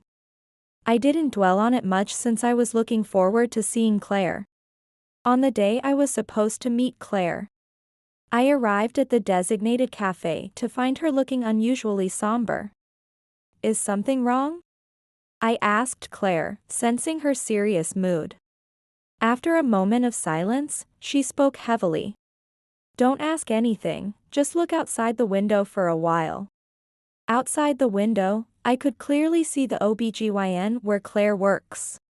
I vaguely understood what she meant, and we both stared out the window in silence for a while. Then, the moment came. As I watched, I saw Jeff, my husband, wrapping his arm around an unfamiliar woman's waist and entering the OBGYN together. The woman next to him appeared to have a slightly swollen belly. I see. Yeah. I kind of had a feeling something was going on.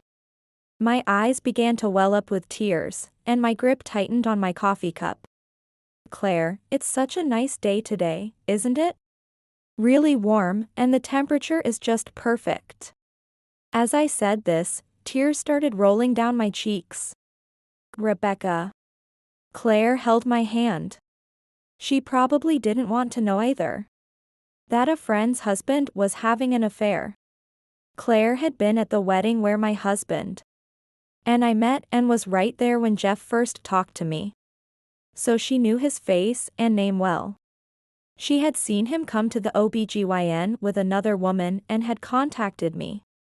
I'm going to head back now.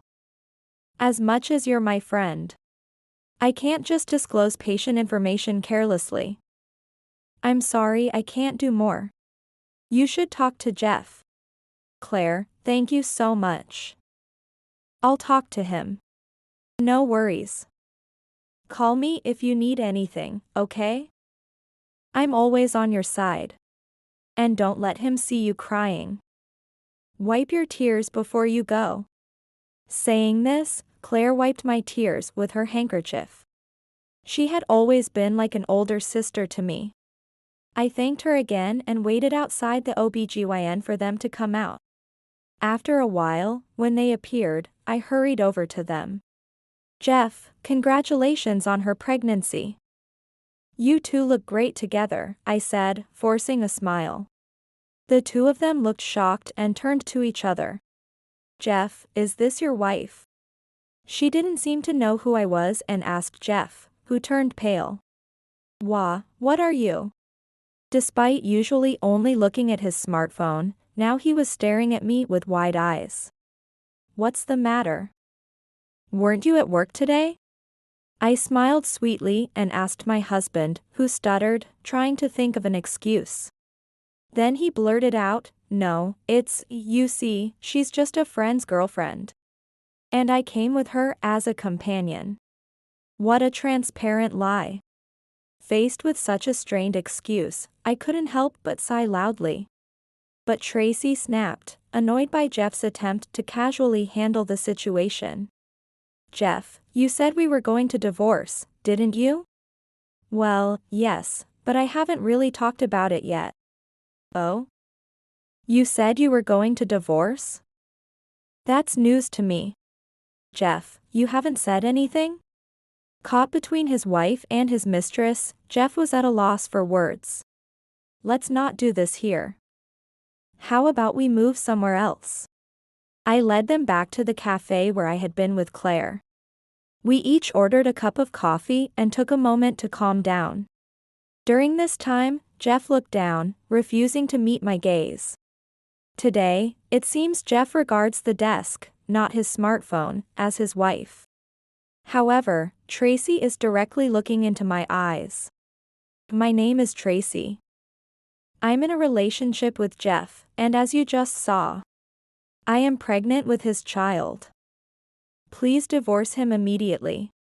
In front of his actual wife, without flinching, the mistress asked for a divorce, leaving me so stunned that I stopped mid-motion while trying to take a sip of my drink. Tracy's eyes were intensely serious. It was as if she considered me the final boss, fully ready for battle. To not be overwhelmed by Tracy, I clenched my fists under the table, maintaining my composure, and asked, "How long have you and Jeff been involved?" "Since a year ago." "A year ago?" That's when Jeff's sudden increase in overtime started. It was also around that time that he began to grow cold towards me. He became distant because of her. The lipstick in his pocket, the withdrawals from our joint account, all because of Tracy. Now that I think about it, it all adds up too well. The dots were connecting in my mind. So it's been a year. And what does Jeff want? Upon hearing this, Tracy glared sharply at Jeff. Startled by her gaze, Jeff flinched. It seemed he was pretty much under Tracy's thumb. Despite his usually arrogant demeanor at home, frustration welled up inside me. Well, if it's out, then there's no choice. Let's get a divorce. It's unfortunate, but what can we do? There's a baby on the way. Exactly. For the baby's sake, please divorce us right away. Both my husband and his mistress, perhaps emboldened, began pressing me for a divorce. My feelings for Jeff had indeed been cooling. But why should I let them dictate the timing of our divorce? You too. As I tried to speak, Tracy cut in, "Since I've entered a stable period of my pregnancy. We plan to go on a honeymoon next week, before the baby arrives." Hey, don't say that. A honeymoon? They planned this even before we divorced. Truly unbelievable. Everything's out in the open now, isn't it? Well, that's true. Rebecca, that's what's happening. We're going on a honeymoon next week. I was going to lie and say I was on a business trip. Their statements were so absurd that I almost lost track of what they were saying. Was my husband always this foolish? Feeling somewhat detached now, I said, "Sure, go ahead." Upon hearing this, they looked at each other and burst into smiles, beginning to hold hands. Really? That's great, Tracy. We're free now. Can I stop hiding it? Can I post lots of pictures with Jeff on social media? Well, hold on, social media's tricky. You never know who's watching. It wouldn't be great if people found out I got someone else pregnant right after the divorce. You want to hide our relationship? That's awful. Sorry. I didn't mean to make you mad. Somehow, they started a lover's quarrel right in front of me. What was I even witnessing? Well, I'm going. Jeff, let's sort out the necessary procedures later. I said this and left the cafe, leaving them behind. Tracy really seems like a handful, I thought, almost as if it were someone else's problem. As I headed home, no longer caring about any of it. That night, Jeff didn't return home. Not just that night, but a week passed without him returning. Despite his demands for a divorce, we couldn't even talk about it if he didn't come home. As I pondered this, looking at the calendar, I remembered they had gone on their trip starting yesterday. Maybe he plans to talk about the divorce after they return, I reasoned. However, that day, a thick envelope arrived at home. It was from Jeff Thompson, my husband's name. Opening the envelope, I was baffled to find it stuffed with dozens of divorce papers, 33 to be exact. Moreover, 15 of them had photos of Jeff and Tracy enjoying themselves pasted on them. And on another 17, messages like, "Divorce quickly, I put plenty in so you can't mess it up." And, "For our child, get rid of the old lady," were scrawled as if struck by a blow. There were also notes like, "Your house belongs to me and our child now." How does that even make sense? Fury bubbled up inside me at the outrageous contents. And, they had the audacity to send this during their trip? Not even giving us a chance to talk, just sending this stuff, trying to force a divorce? Nice guts. Be prepared. Something snapped inside me. Not sure if Jeff knew about the mass mailing, but since he had signed them, I could file for divorce, right? I immediately went to the lawyer's office and submitted the divorce papers. Later, possibly after returning from the trip, my now ex-husband called. "Hey. What the hell is this?" He was panicking as soon as he picked up the phone. I could guess why he was so flustered, but I deliberately asked, "Is something wrong?" "Something wrong?" "I come back from a trip, and when I finally go home, there's a demolition crew at our house." "What the hell is going on?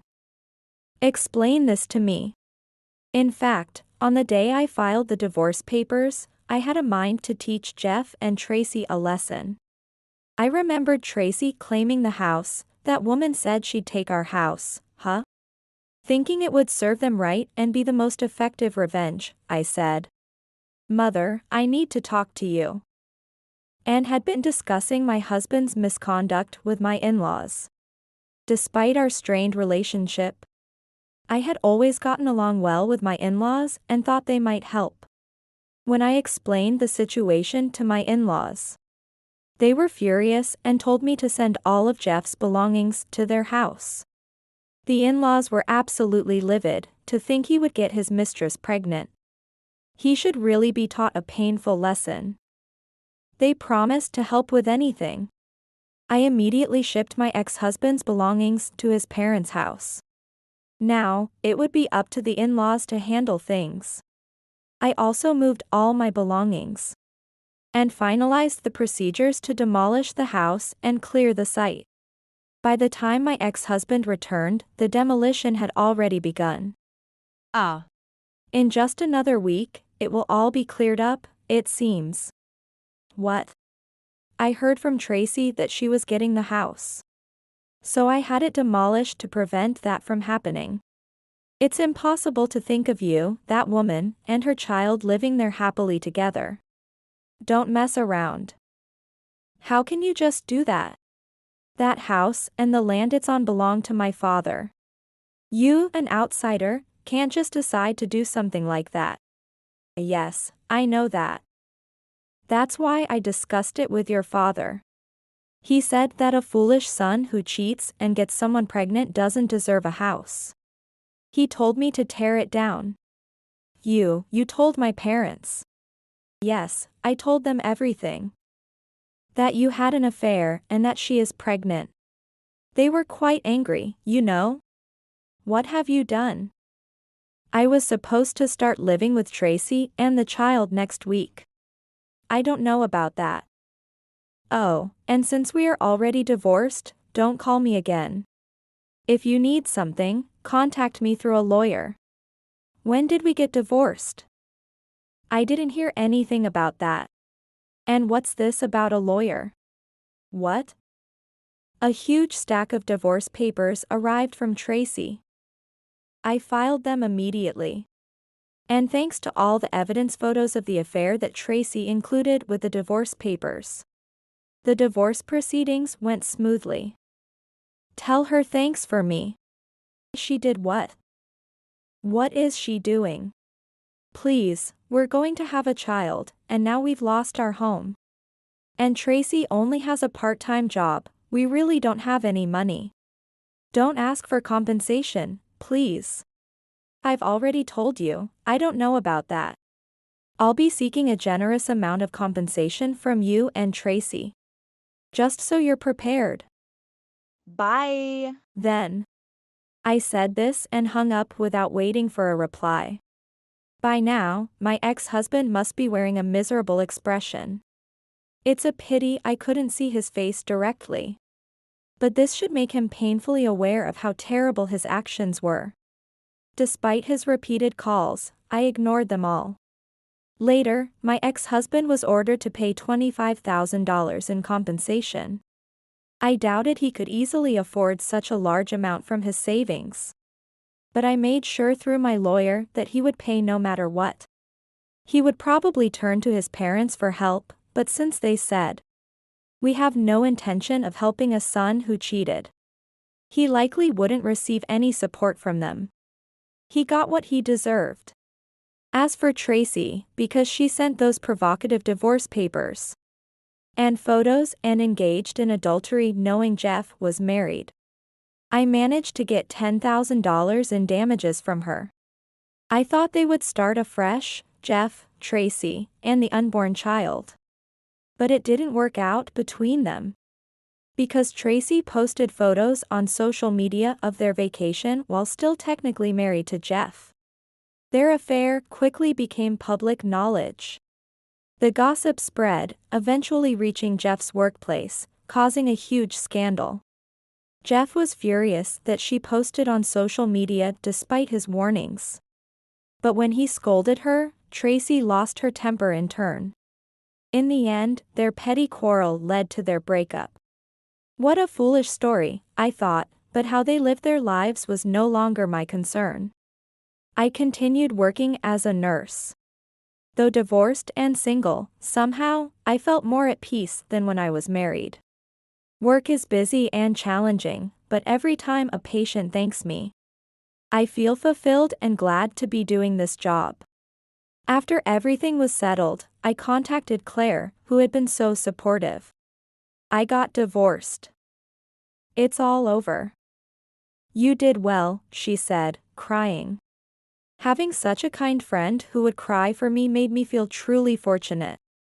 Claire and I promised to go on a girls' trip together. I might be wary of love for a while, but someday, I hope to meet a kind man who will cherish me. The phone slipped from my fingers, hitting the kitchen counter with a sharp crack. Those three little dots kept pulsing on Connor's screen, taunting me with their rhythmic dance. Someone was typing, deleting, typing again. I shouldn't have looked. Shouldn't have noticed the notification. Shouldn't have touched his phone at all. I'm Addison, and until 30 seconds ago, I thought I knew what trust meant. Mom? Everything okay? Chloe's voice drifted down from upstairs, probably hearing the clatter of the phone. Fine, honey. Just dropped something. My voice stayed steady, a teacher's practiced control. 16 years of marriage, and here I was, hands trembling over a text message that read, "Same time tonight? I'll wear that thing you like."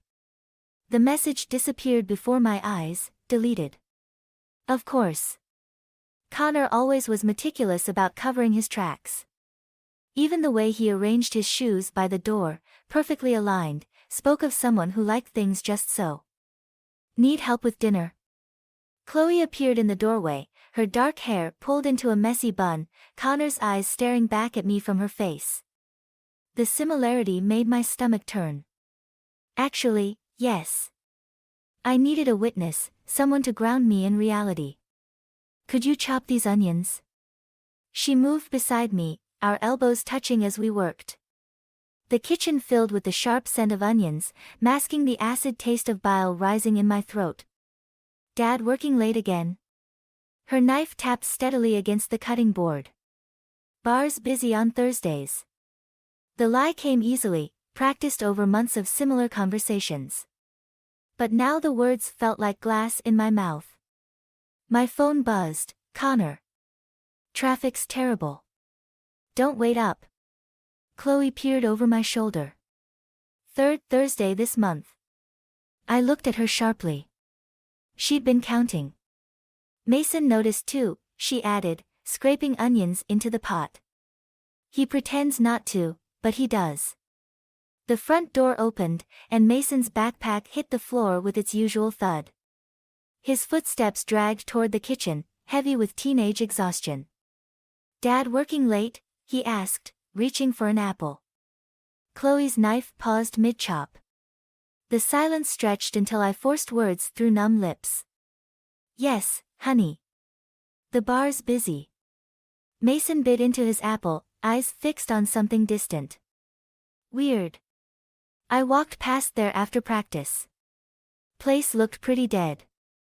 The wooden spoon in my hand snapped. Both kids stared at the broken pieces. Mom? Chloe's voice was careful, measured. It's nothing. I tossed the splintered wood into the trash. Just old. Everything gets old eventually, doesn't it? Mason disappeared upstairs, but Chloe lingered, her presence both comfort and witness to my unraveling. You know, she said, voice low, Aunt Rachel mentioned this guy, Peter something. He's good at finding things out. Things people want to keep hidden. My hands stilled over the stove. Your aunt talks too much. Maybe. Chloe shrugged. Or maybe she talks just enough. I turned to face my daughter, really looking at her.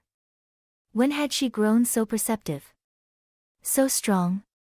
Sometimes, she continued, the worst part isn't what you find out. It's pretending you don't already know. The timer buzzed, making us both jump. Dinner would be ready soon, a meal for 3 instead of 4. Again. I picked up Connor's phone, still lying where it fell. The screen had cracked, a spider web of lines distorting his lock screen, our family photo from last summer's vacation.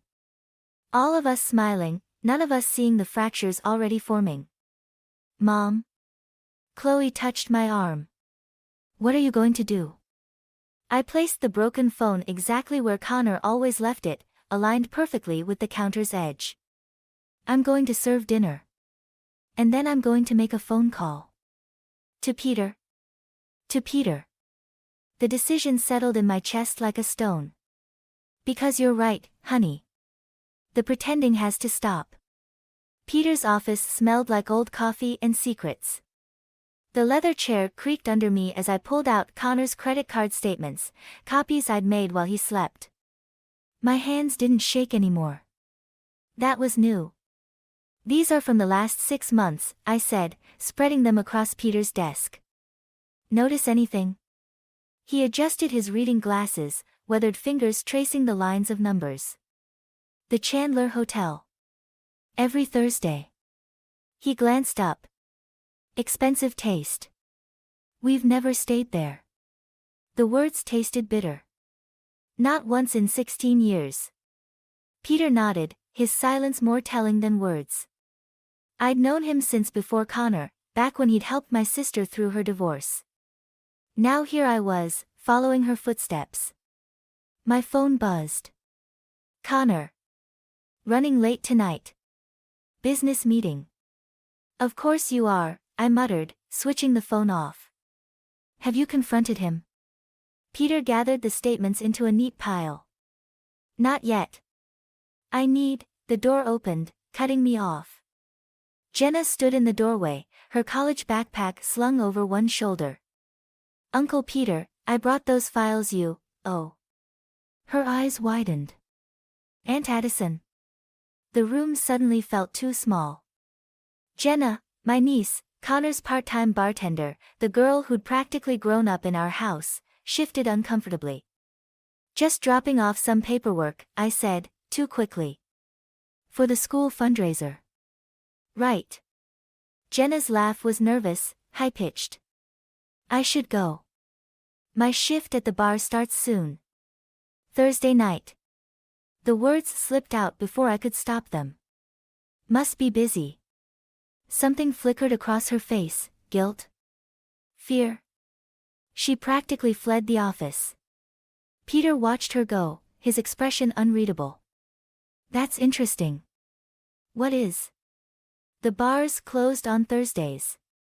Has been for months. Renovation work. The room tilted sideways. I gripped the edge of his desk, knuckles white. Connor told me. He said. I know what he said. Peter's voice was gentle. Question is, what are you going to do about it?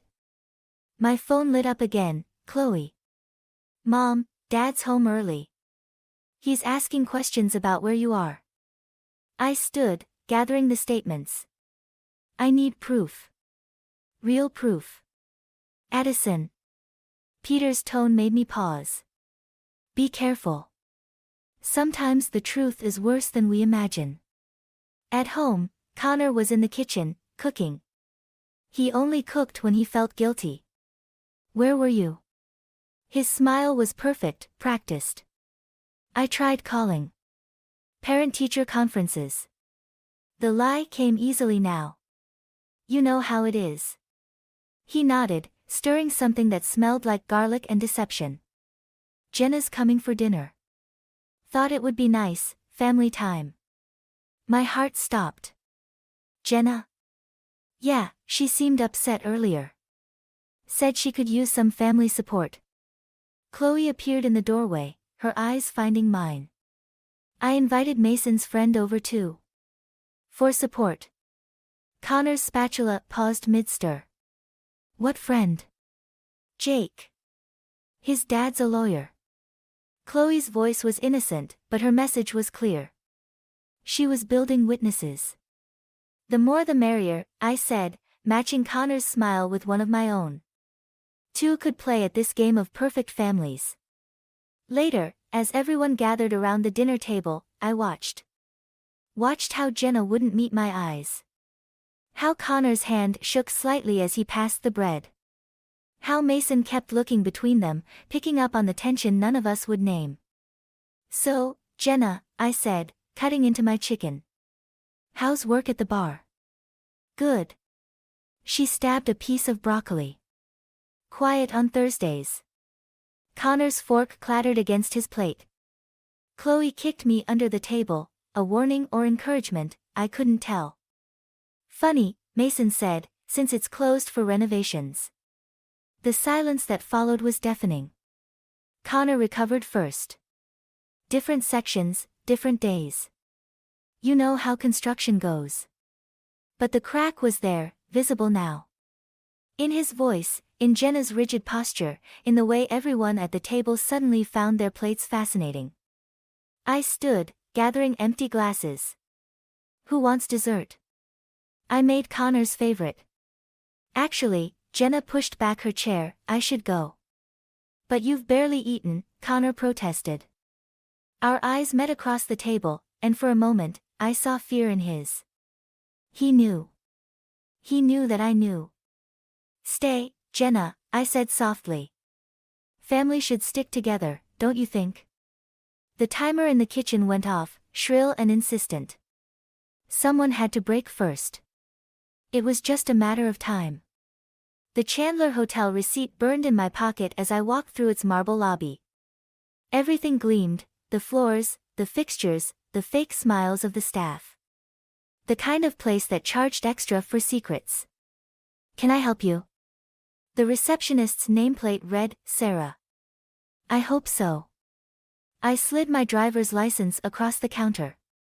My husband's been staying here. Connor Walsh? I need a copy of his latest bill for our tax records. Sarah's fingers hesitated over her keyboard. I'm sorry, but we can't. Please. I leaned closer, lowering my voice. I found charges on our credit card. If there's been fraud, I need to report it. Her expression shifted, sympathy, maybe recognition. She'd probably seen this scene before. One moment. She typed, then frowned. That's odd. The charges are under a different name, but the card matches your husband's. My throat tightened. What name? James Peterson. She turned the screen. Room 412, every Thursday for the past 3 months. James Peterson. Connor's grandfather's name. The man he'd always said he wanted to honor. There's a standing reservation for this Thursday, Sarah added. Shall I print the details? I nodded, numb. The printer hummed, spitting out paper that felt like sandpaper in my hands. My phone buzzed. Peter. Got something. Meet me at the bar. The bar was dark, closed for renovations that showed no sign of progress. Peter waited in his car across the street. Look at this. He handed me a manila envelope. Inside were photos, Connor entering the hotel, Jenna following 20 minutes later. Both carrying overnight bags. When? Last Thursday. Peter's voice was gentle. There's more. The next photo showed Connor at an ATM, withdrawing cash. Then at a jewelry store, emerging with a small bag. The bracelet, I whispered. The one Jenna had been wearing at dinner. Addison. Peter touched my arm. The hotel receipts, the jewelry, it's not the whole story. Look at the last photo. It was grainy, taken through a window. Connor and Jenna at a table, papers spread between them. One looked like a passport. He's planning something, Peter said. Something bigger than an affair. My phone lit up. Connor. Working late again. Don't wait up. I looked at the hotel reservation in my hand. 3 hours from now, room 412. I need to see that room. Peter's eyes widened. Addison, don't. Sarah will help me. My voice sounded strange, distant. She understands. The hotel key card felt heavy in my hand. Sarah had barely hesitated when I explained. Another woman who knew the taste of betrayal. Room 412 was pristine, waiting for its Thursday guests. I moved through it like a ghost, touching nothing, seeing everything. 2 water glasses by the bed. A forgotten hair tie on the bathroom counter. Jenna's brand. The closet door was ajar. Inside, a small safe stood open. Empty, except for a folded paper that had slipped behind it. My hands shook as I retrieved it. A bank statement from the Cayman Islands. Connor's grandfather's name again, but recent dates. Large deposits. My phone buzzed again. Chloe, Mom, where are you? Dad came home, but left again. He's acting weird. Then Mason, Mom, I heard Dad on the phone. Something about tickets. And finally Peter, get out of there. Now. Footsteps in the hallway. Keys jingling. I slipped into the bathroom, heart pounding. The door opened. You're early. Connor's voice. Had to make sure everything was ready. Jenna. Tickets are confirmed. Once the transfer clears next week, we're gone. What about Addison? The kids? A pause. They'll be fine. The divorce papers are ready.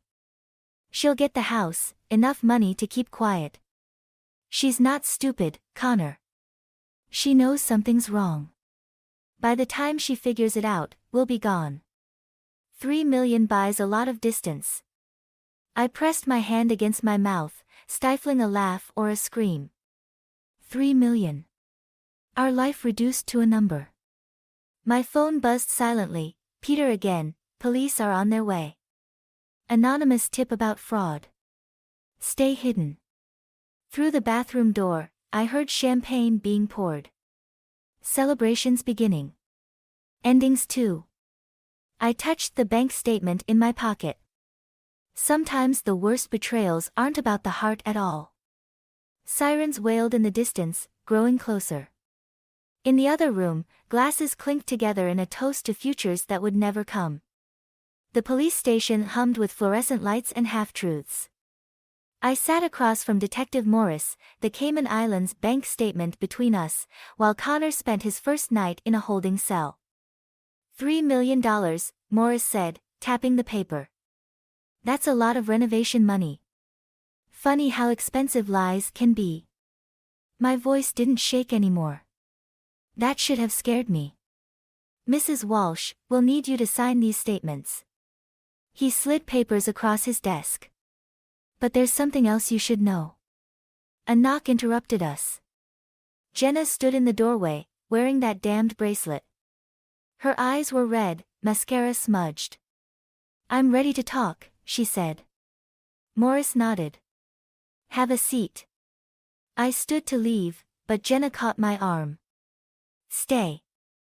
Please. You need to hear this. The bracelet glinted under the harsh lights. Connor's grandfather's name echoed in my head, James Peterson.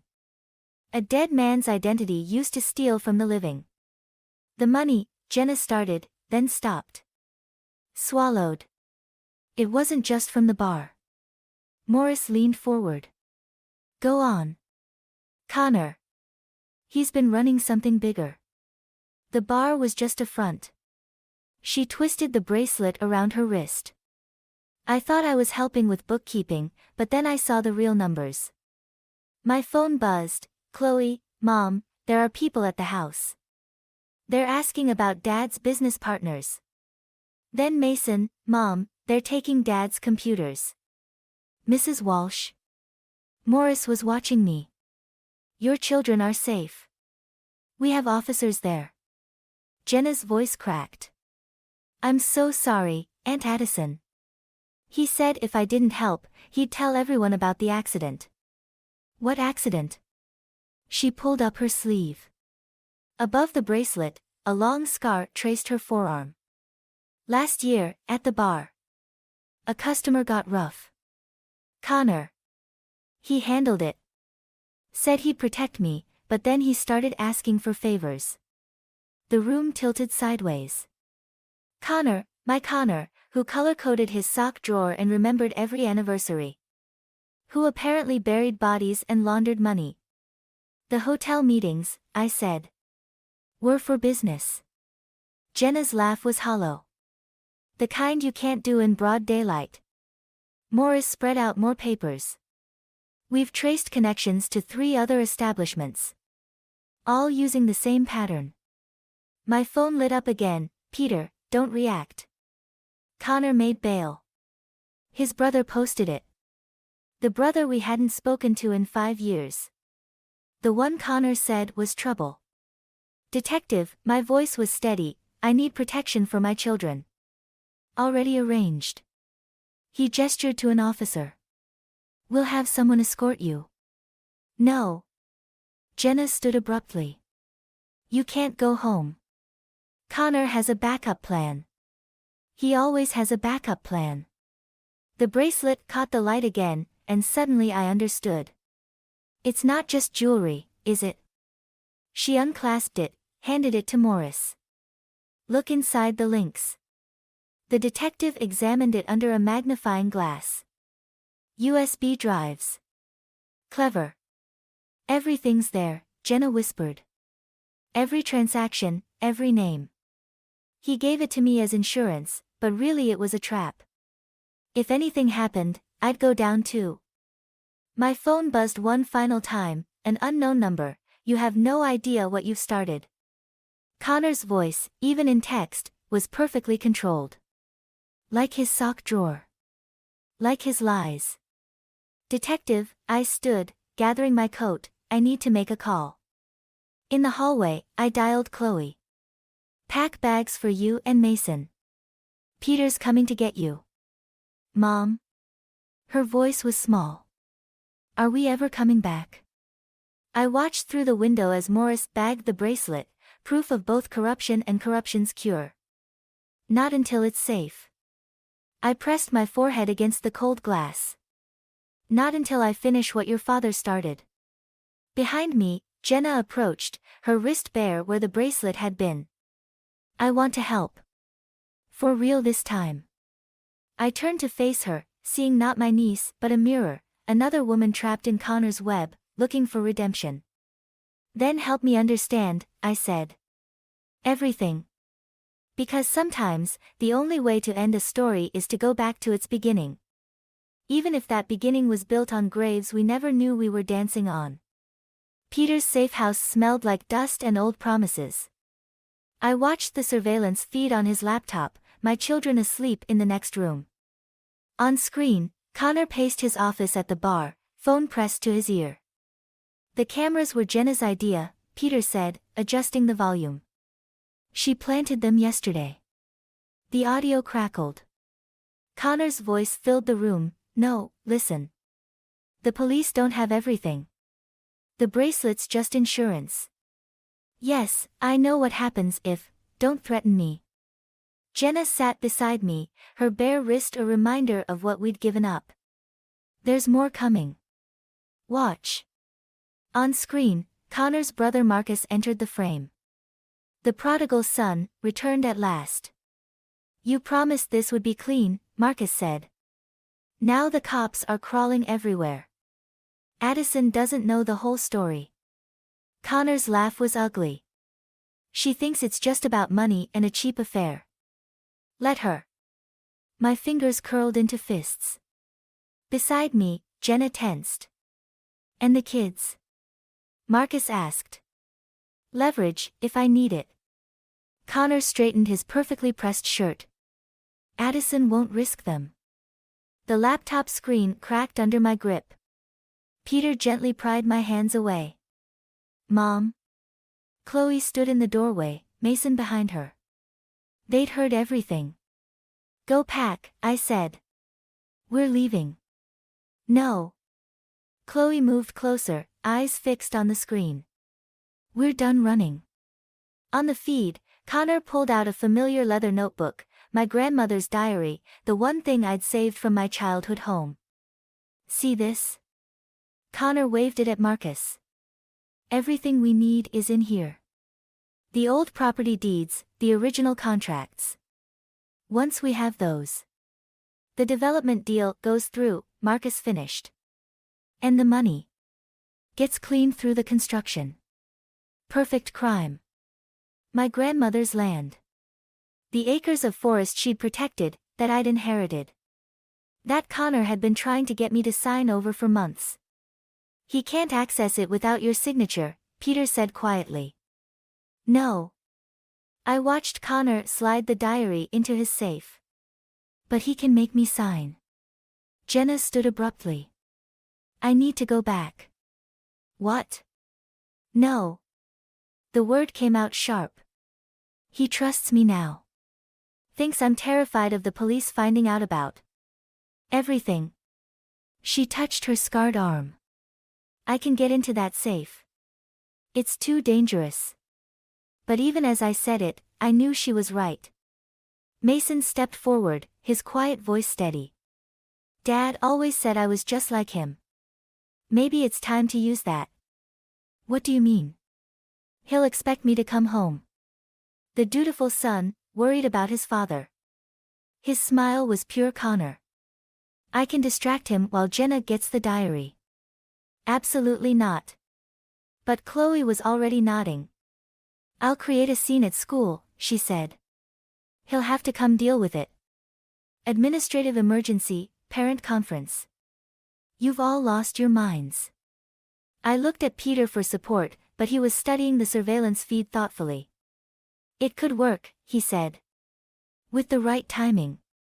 On screen, Connor opened another bottle of whiskey, his movements precise even in destruction. Just like everything else he'd torn apart. My phone buzzed. Detective Morris, Connor's brother, made some interesting calls. You need to move. Now. Another message followed, and Mrs. Walsh? Whatever you're planning. Make it count. I looked at my children, seeing not victims but warriors. At Jenna, no longer the manipulated niece but a survivor seeking redemption. At Peter, who'd watched my sister's destruction and wouldn't let history repeat. Tomorrow, I said finally. We do it tomorrow. And then? Chloe asked. I watched Connor on screen, drinking to victories he hadn't won yet. Then we take everything. Not just the diary or the evidence. Everything. Because sometimes revenge isn't about destruction. Sometimes it's about reconstruction, building something stronger from the ashes of what was burned. Mom? Mason's voice was soft. Are we bad people for doing this? No, honey. I pulled him close, feeling Chloe and Jenna join the embrace. We're just finally playing by his rules. On the laptop, Connor raised his glass in a silent toast, unaware that his perfect plan was about to meet its perfect destruction. The plan fell apart like everything else in my life, quickly and without mercy. I stood in Connor's office, my grandmother's diary clutched to my chest, while Mason lay unconscious on the floor. The cut above his eye still bled. Sit down, Addison. Connor's voice was silk over steel. The gun in his hand didn't waver. He's 14, I whispered. He's your son. He's a liability. Like mother, like son. He gestured to the chair. Now sit. Through the office window, I could see Jenna being led away by Marcus, her attempt to crack the safe having failed spectacularly. Chloe's diversionary tactic at school had only bought us minutes, not the hours we'd needed. The diary. Connor held out his free hand. Unless you want Mason to wake up with more than just a headache. My fingers traced the worn leather cover. Inside were the property deeds, the contracts, my grandmother's legacy. And now, Connor's ticket to millions. You never loved me, did you? The question surprised us both. His laugh was familiar, yet strange. I loved what you represented. The perfect wife, the perfect cover. He stepped closer. Sign the papers, and this ends quietly. Like that customer at the bar. The one Jenna told me about. Something flickered in his eyes. She should have kept her mouth shut. Like you kept quiet about the money laundering. The development deals. Careful, darling. The gun shifted toward Mason. You're not the only one with evidence. My phone buzzed in my pocket. Peter's signal, the police were in position. I just needed to keep Connor talking. Why Jenna? The question had haunted me for weeks. Because she was easy. Vulnerable. Just like you were, 16 years ago. His smile turned cruel. Remember? The grieving teacher, so lost after her grandmother's death. So eager for someone to take control. Mason stirred, groaning. Connor's finger tightened on the trigger. The papers, Addison. Now. I placed the diary on his desk, opened it to the marked page. My hands didn't shake as I picked up the pen. That's my girl. Connor's voice dripped satisfaction. Always so. The window exploded inward. Connor fired, once, twice. I threw myself over Mason as glass rained down. Police. Drop the weapon. But Connor was already moving, grabbing the diary with one hand, shooting with the other. I heard Peter shout, heard returning fire. Then silence. I lifted my head. Connor was gone, taking the diary with him. Blood stained the carpet where I knelt, Mason's, mine, maybe both. Mom? Mason's eyes fluttered open. Did we get it? I helped him sit up, checking his wound. No, baby. We didn't. But I saw Jenna. He winced. Before Dad hit me. She had something in her hand. Peter burst through the door, gun drawn. Addison. Are you? He's gone. I pressed my sleeve against Mason's cut. He has the diary. Peter holstered his weapon, a strange smile playing at his lips. Does he? From his jacket, he pulled out familiar worn leather. My grandmother's diary. How? The one Connor took was a copy. Jenna appeared in the doorway, Marcus notably absent. We switched them last week. The real documents are safe. But the safe. My head spun. The plan was exactly what Connor expected. Peter helped Mason to his feet. So we gave him what he wanted to see. Through the broken window, sirens wailed. Connor would be running, thinking he had won. Thinking he had destroyed me one final time. Mom? Mason leaned against me. What happens now? I opened the diary, passed the property deeds to the last page. There, in my grandmother's handwriting, was a name I hadn't seen in years. A name Connor didn't know about. Now, I said, we finish this. For real. Because sometimes rock bottom isn't where you end. Sometimes it's where you finally see the truth, not just about others, but about yourself. And what I saw was crystal clear. Connor hadn't married a victim 16 years ago. He'd married a survivor. He just didn't know it yet. The Chandler Hotel's penthouse suite looked different in daylight. Colder. Like Connor's smile as he watched me enter, his fake diary still clutched in his hand. I wondered how long it would take you to find me. He poured 2 glasses of whiskey. Always the perfect host. Where's Marcus? Gone. With the money. Connor's laugh held no humor. Turns out betrayal runs in the family. I moved closer, noting the packed bags by the door. Like father, like son. Speaking of sons. He slid 1 glass toward me. How's Mason's head? My fingers itched to grab the crystal tumbler and smash it into his perfect teeth. Instead, I pulled out my phone, playing the video Jenna had recorded last year, the accident at the bar. Connor's expression didn't change as he watched himself push the drunk customer down the stairs. Watched Jenna scream. Watched himself stage the scene. Insurance, he said simply. Like everything else. Including me. Especially you. He closed the diary. Though I have to admit, you surprised me. All these years, I thought you were just convenient. Movement in the hallway caught my eye, Peter's signal. Everything was in place. The property deeds, I said. They're worthless without my signature. About that. Connor's smile widened. Remember our anniversary trip to Vegas? That contract you signed while slightly intoxicated? My blood ran cold. You didn't. Power of attorney. Limited, but enough. He pulled out another document. Everything transfers tomorrow. The land, the development rights, all of it. There's just one problem.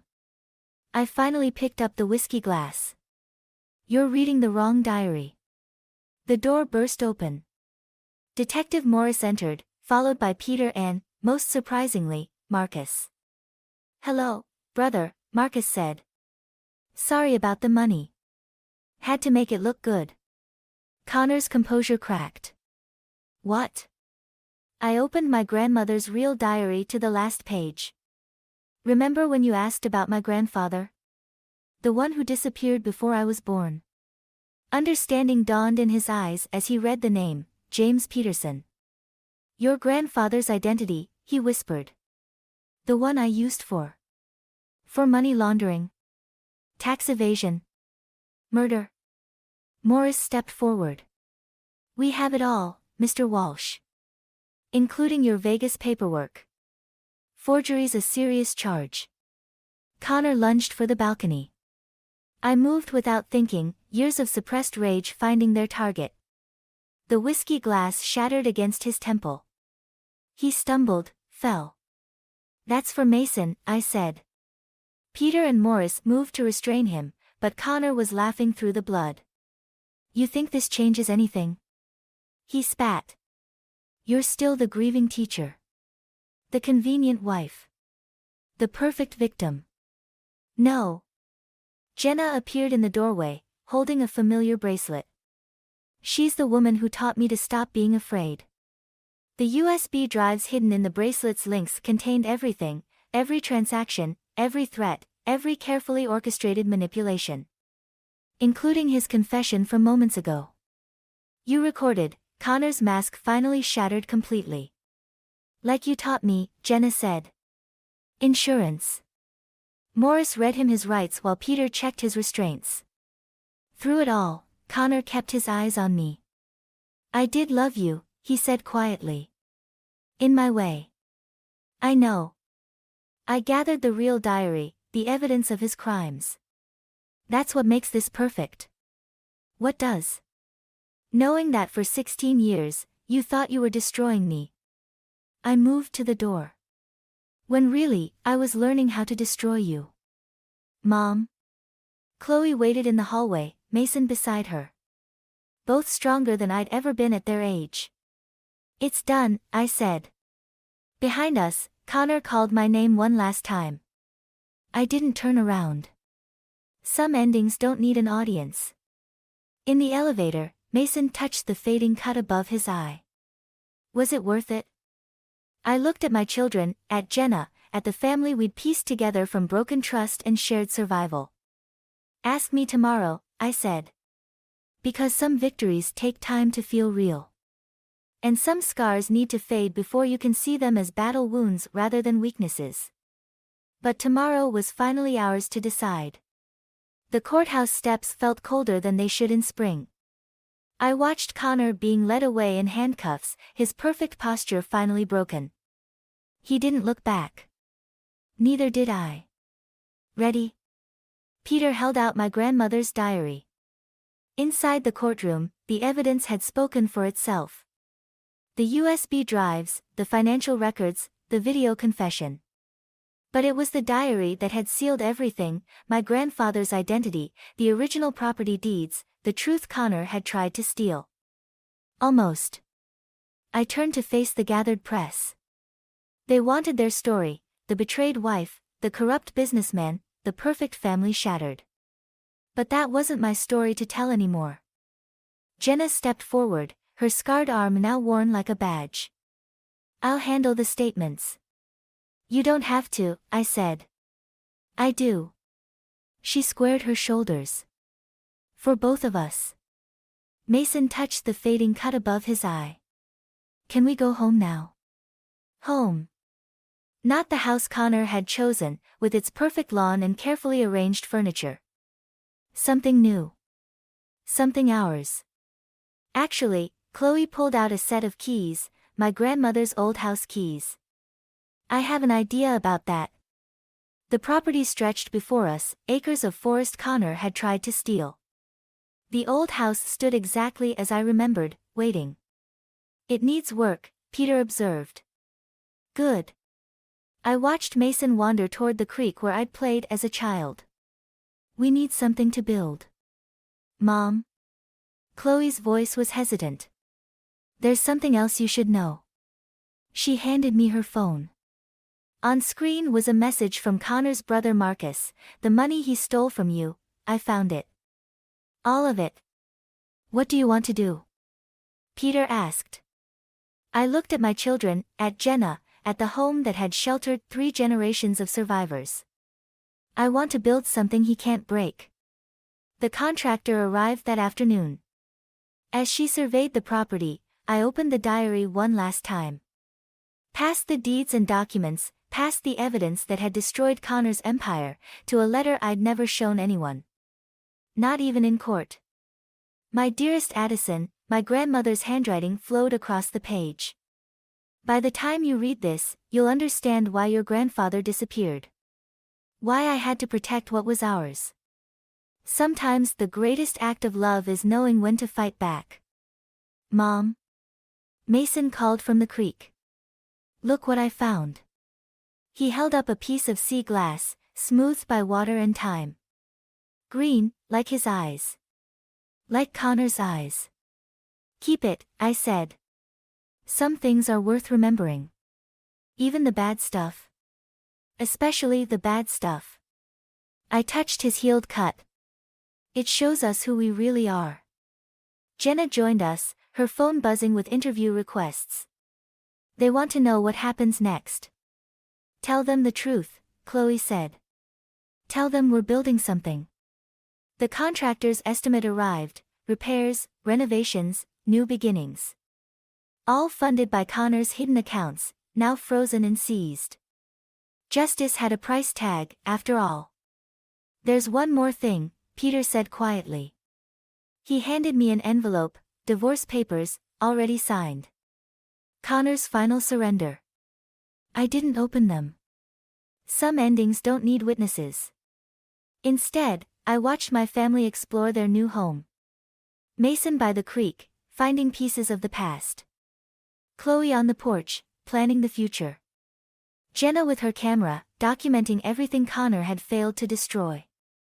You know, Peter said, revenge usually leaves people empty. This isn't revenge. I picked up a piece of sea glass Mason had missed. This is reconstruction. The sun set behind the trees Connor had tried to sell, casting shadows that looked like possibilities. Tomorrow would bring contractors and questions, reporters and responsibilities.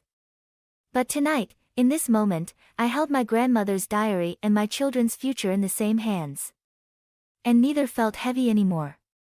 Because sometimes the greatest victory isn't in destroying what hurt you. It's in building something so strong, so beautiful, that the hurt becomes just another layer in its foundation. And we were already building.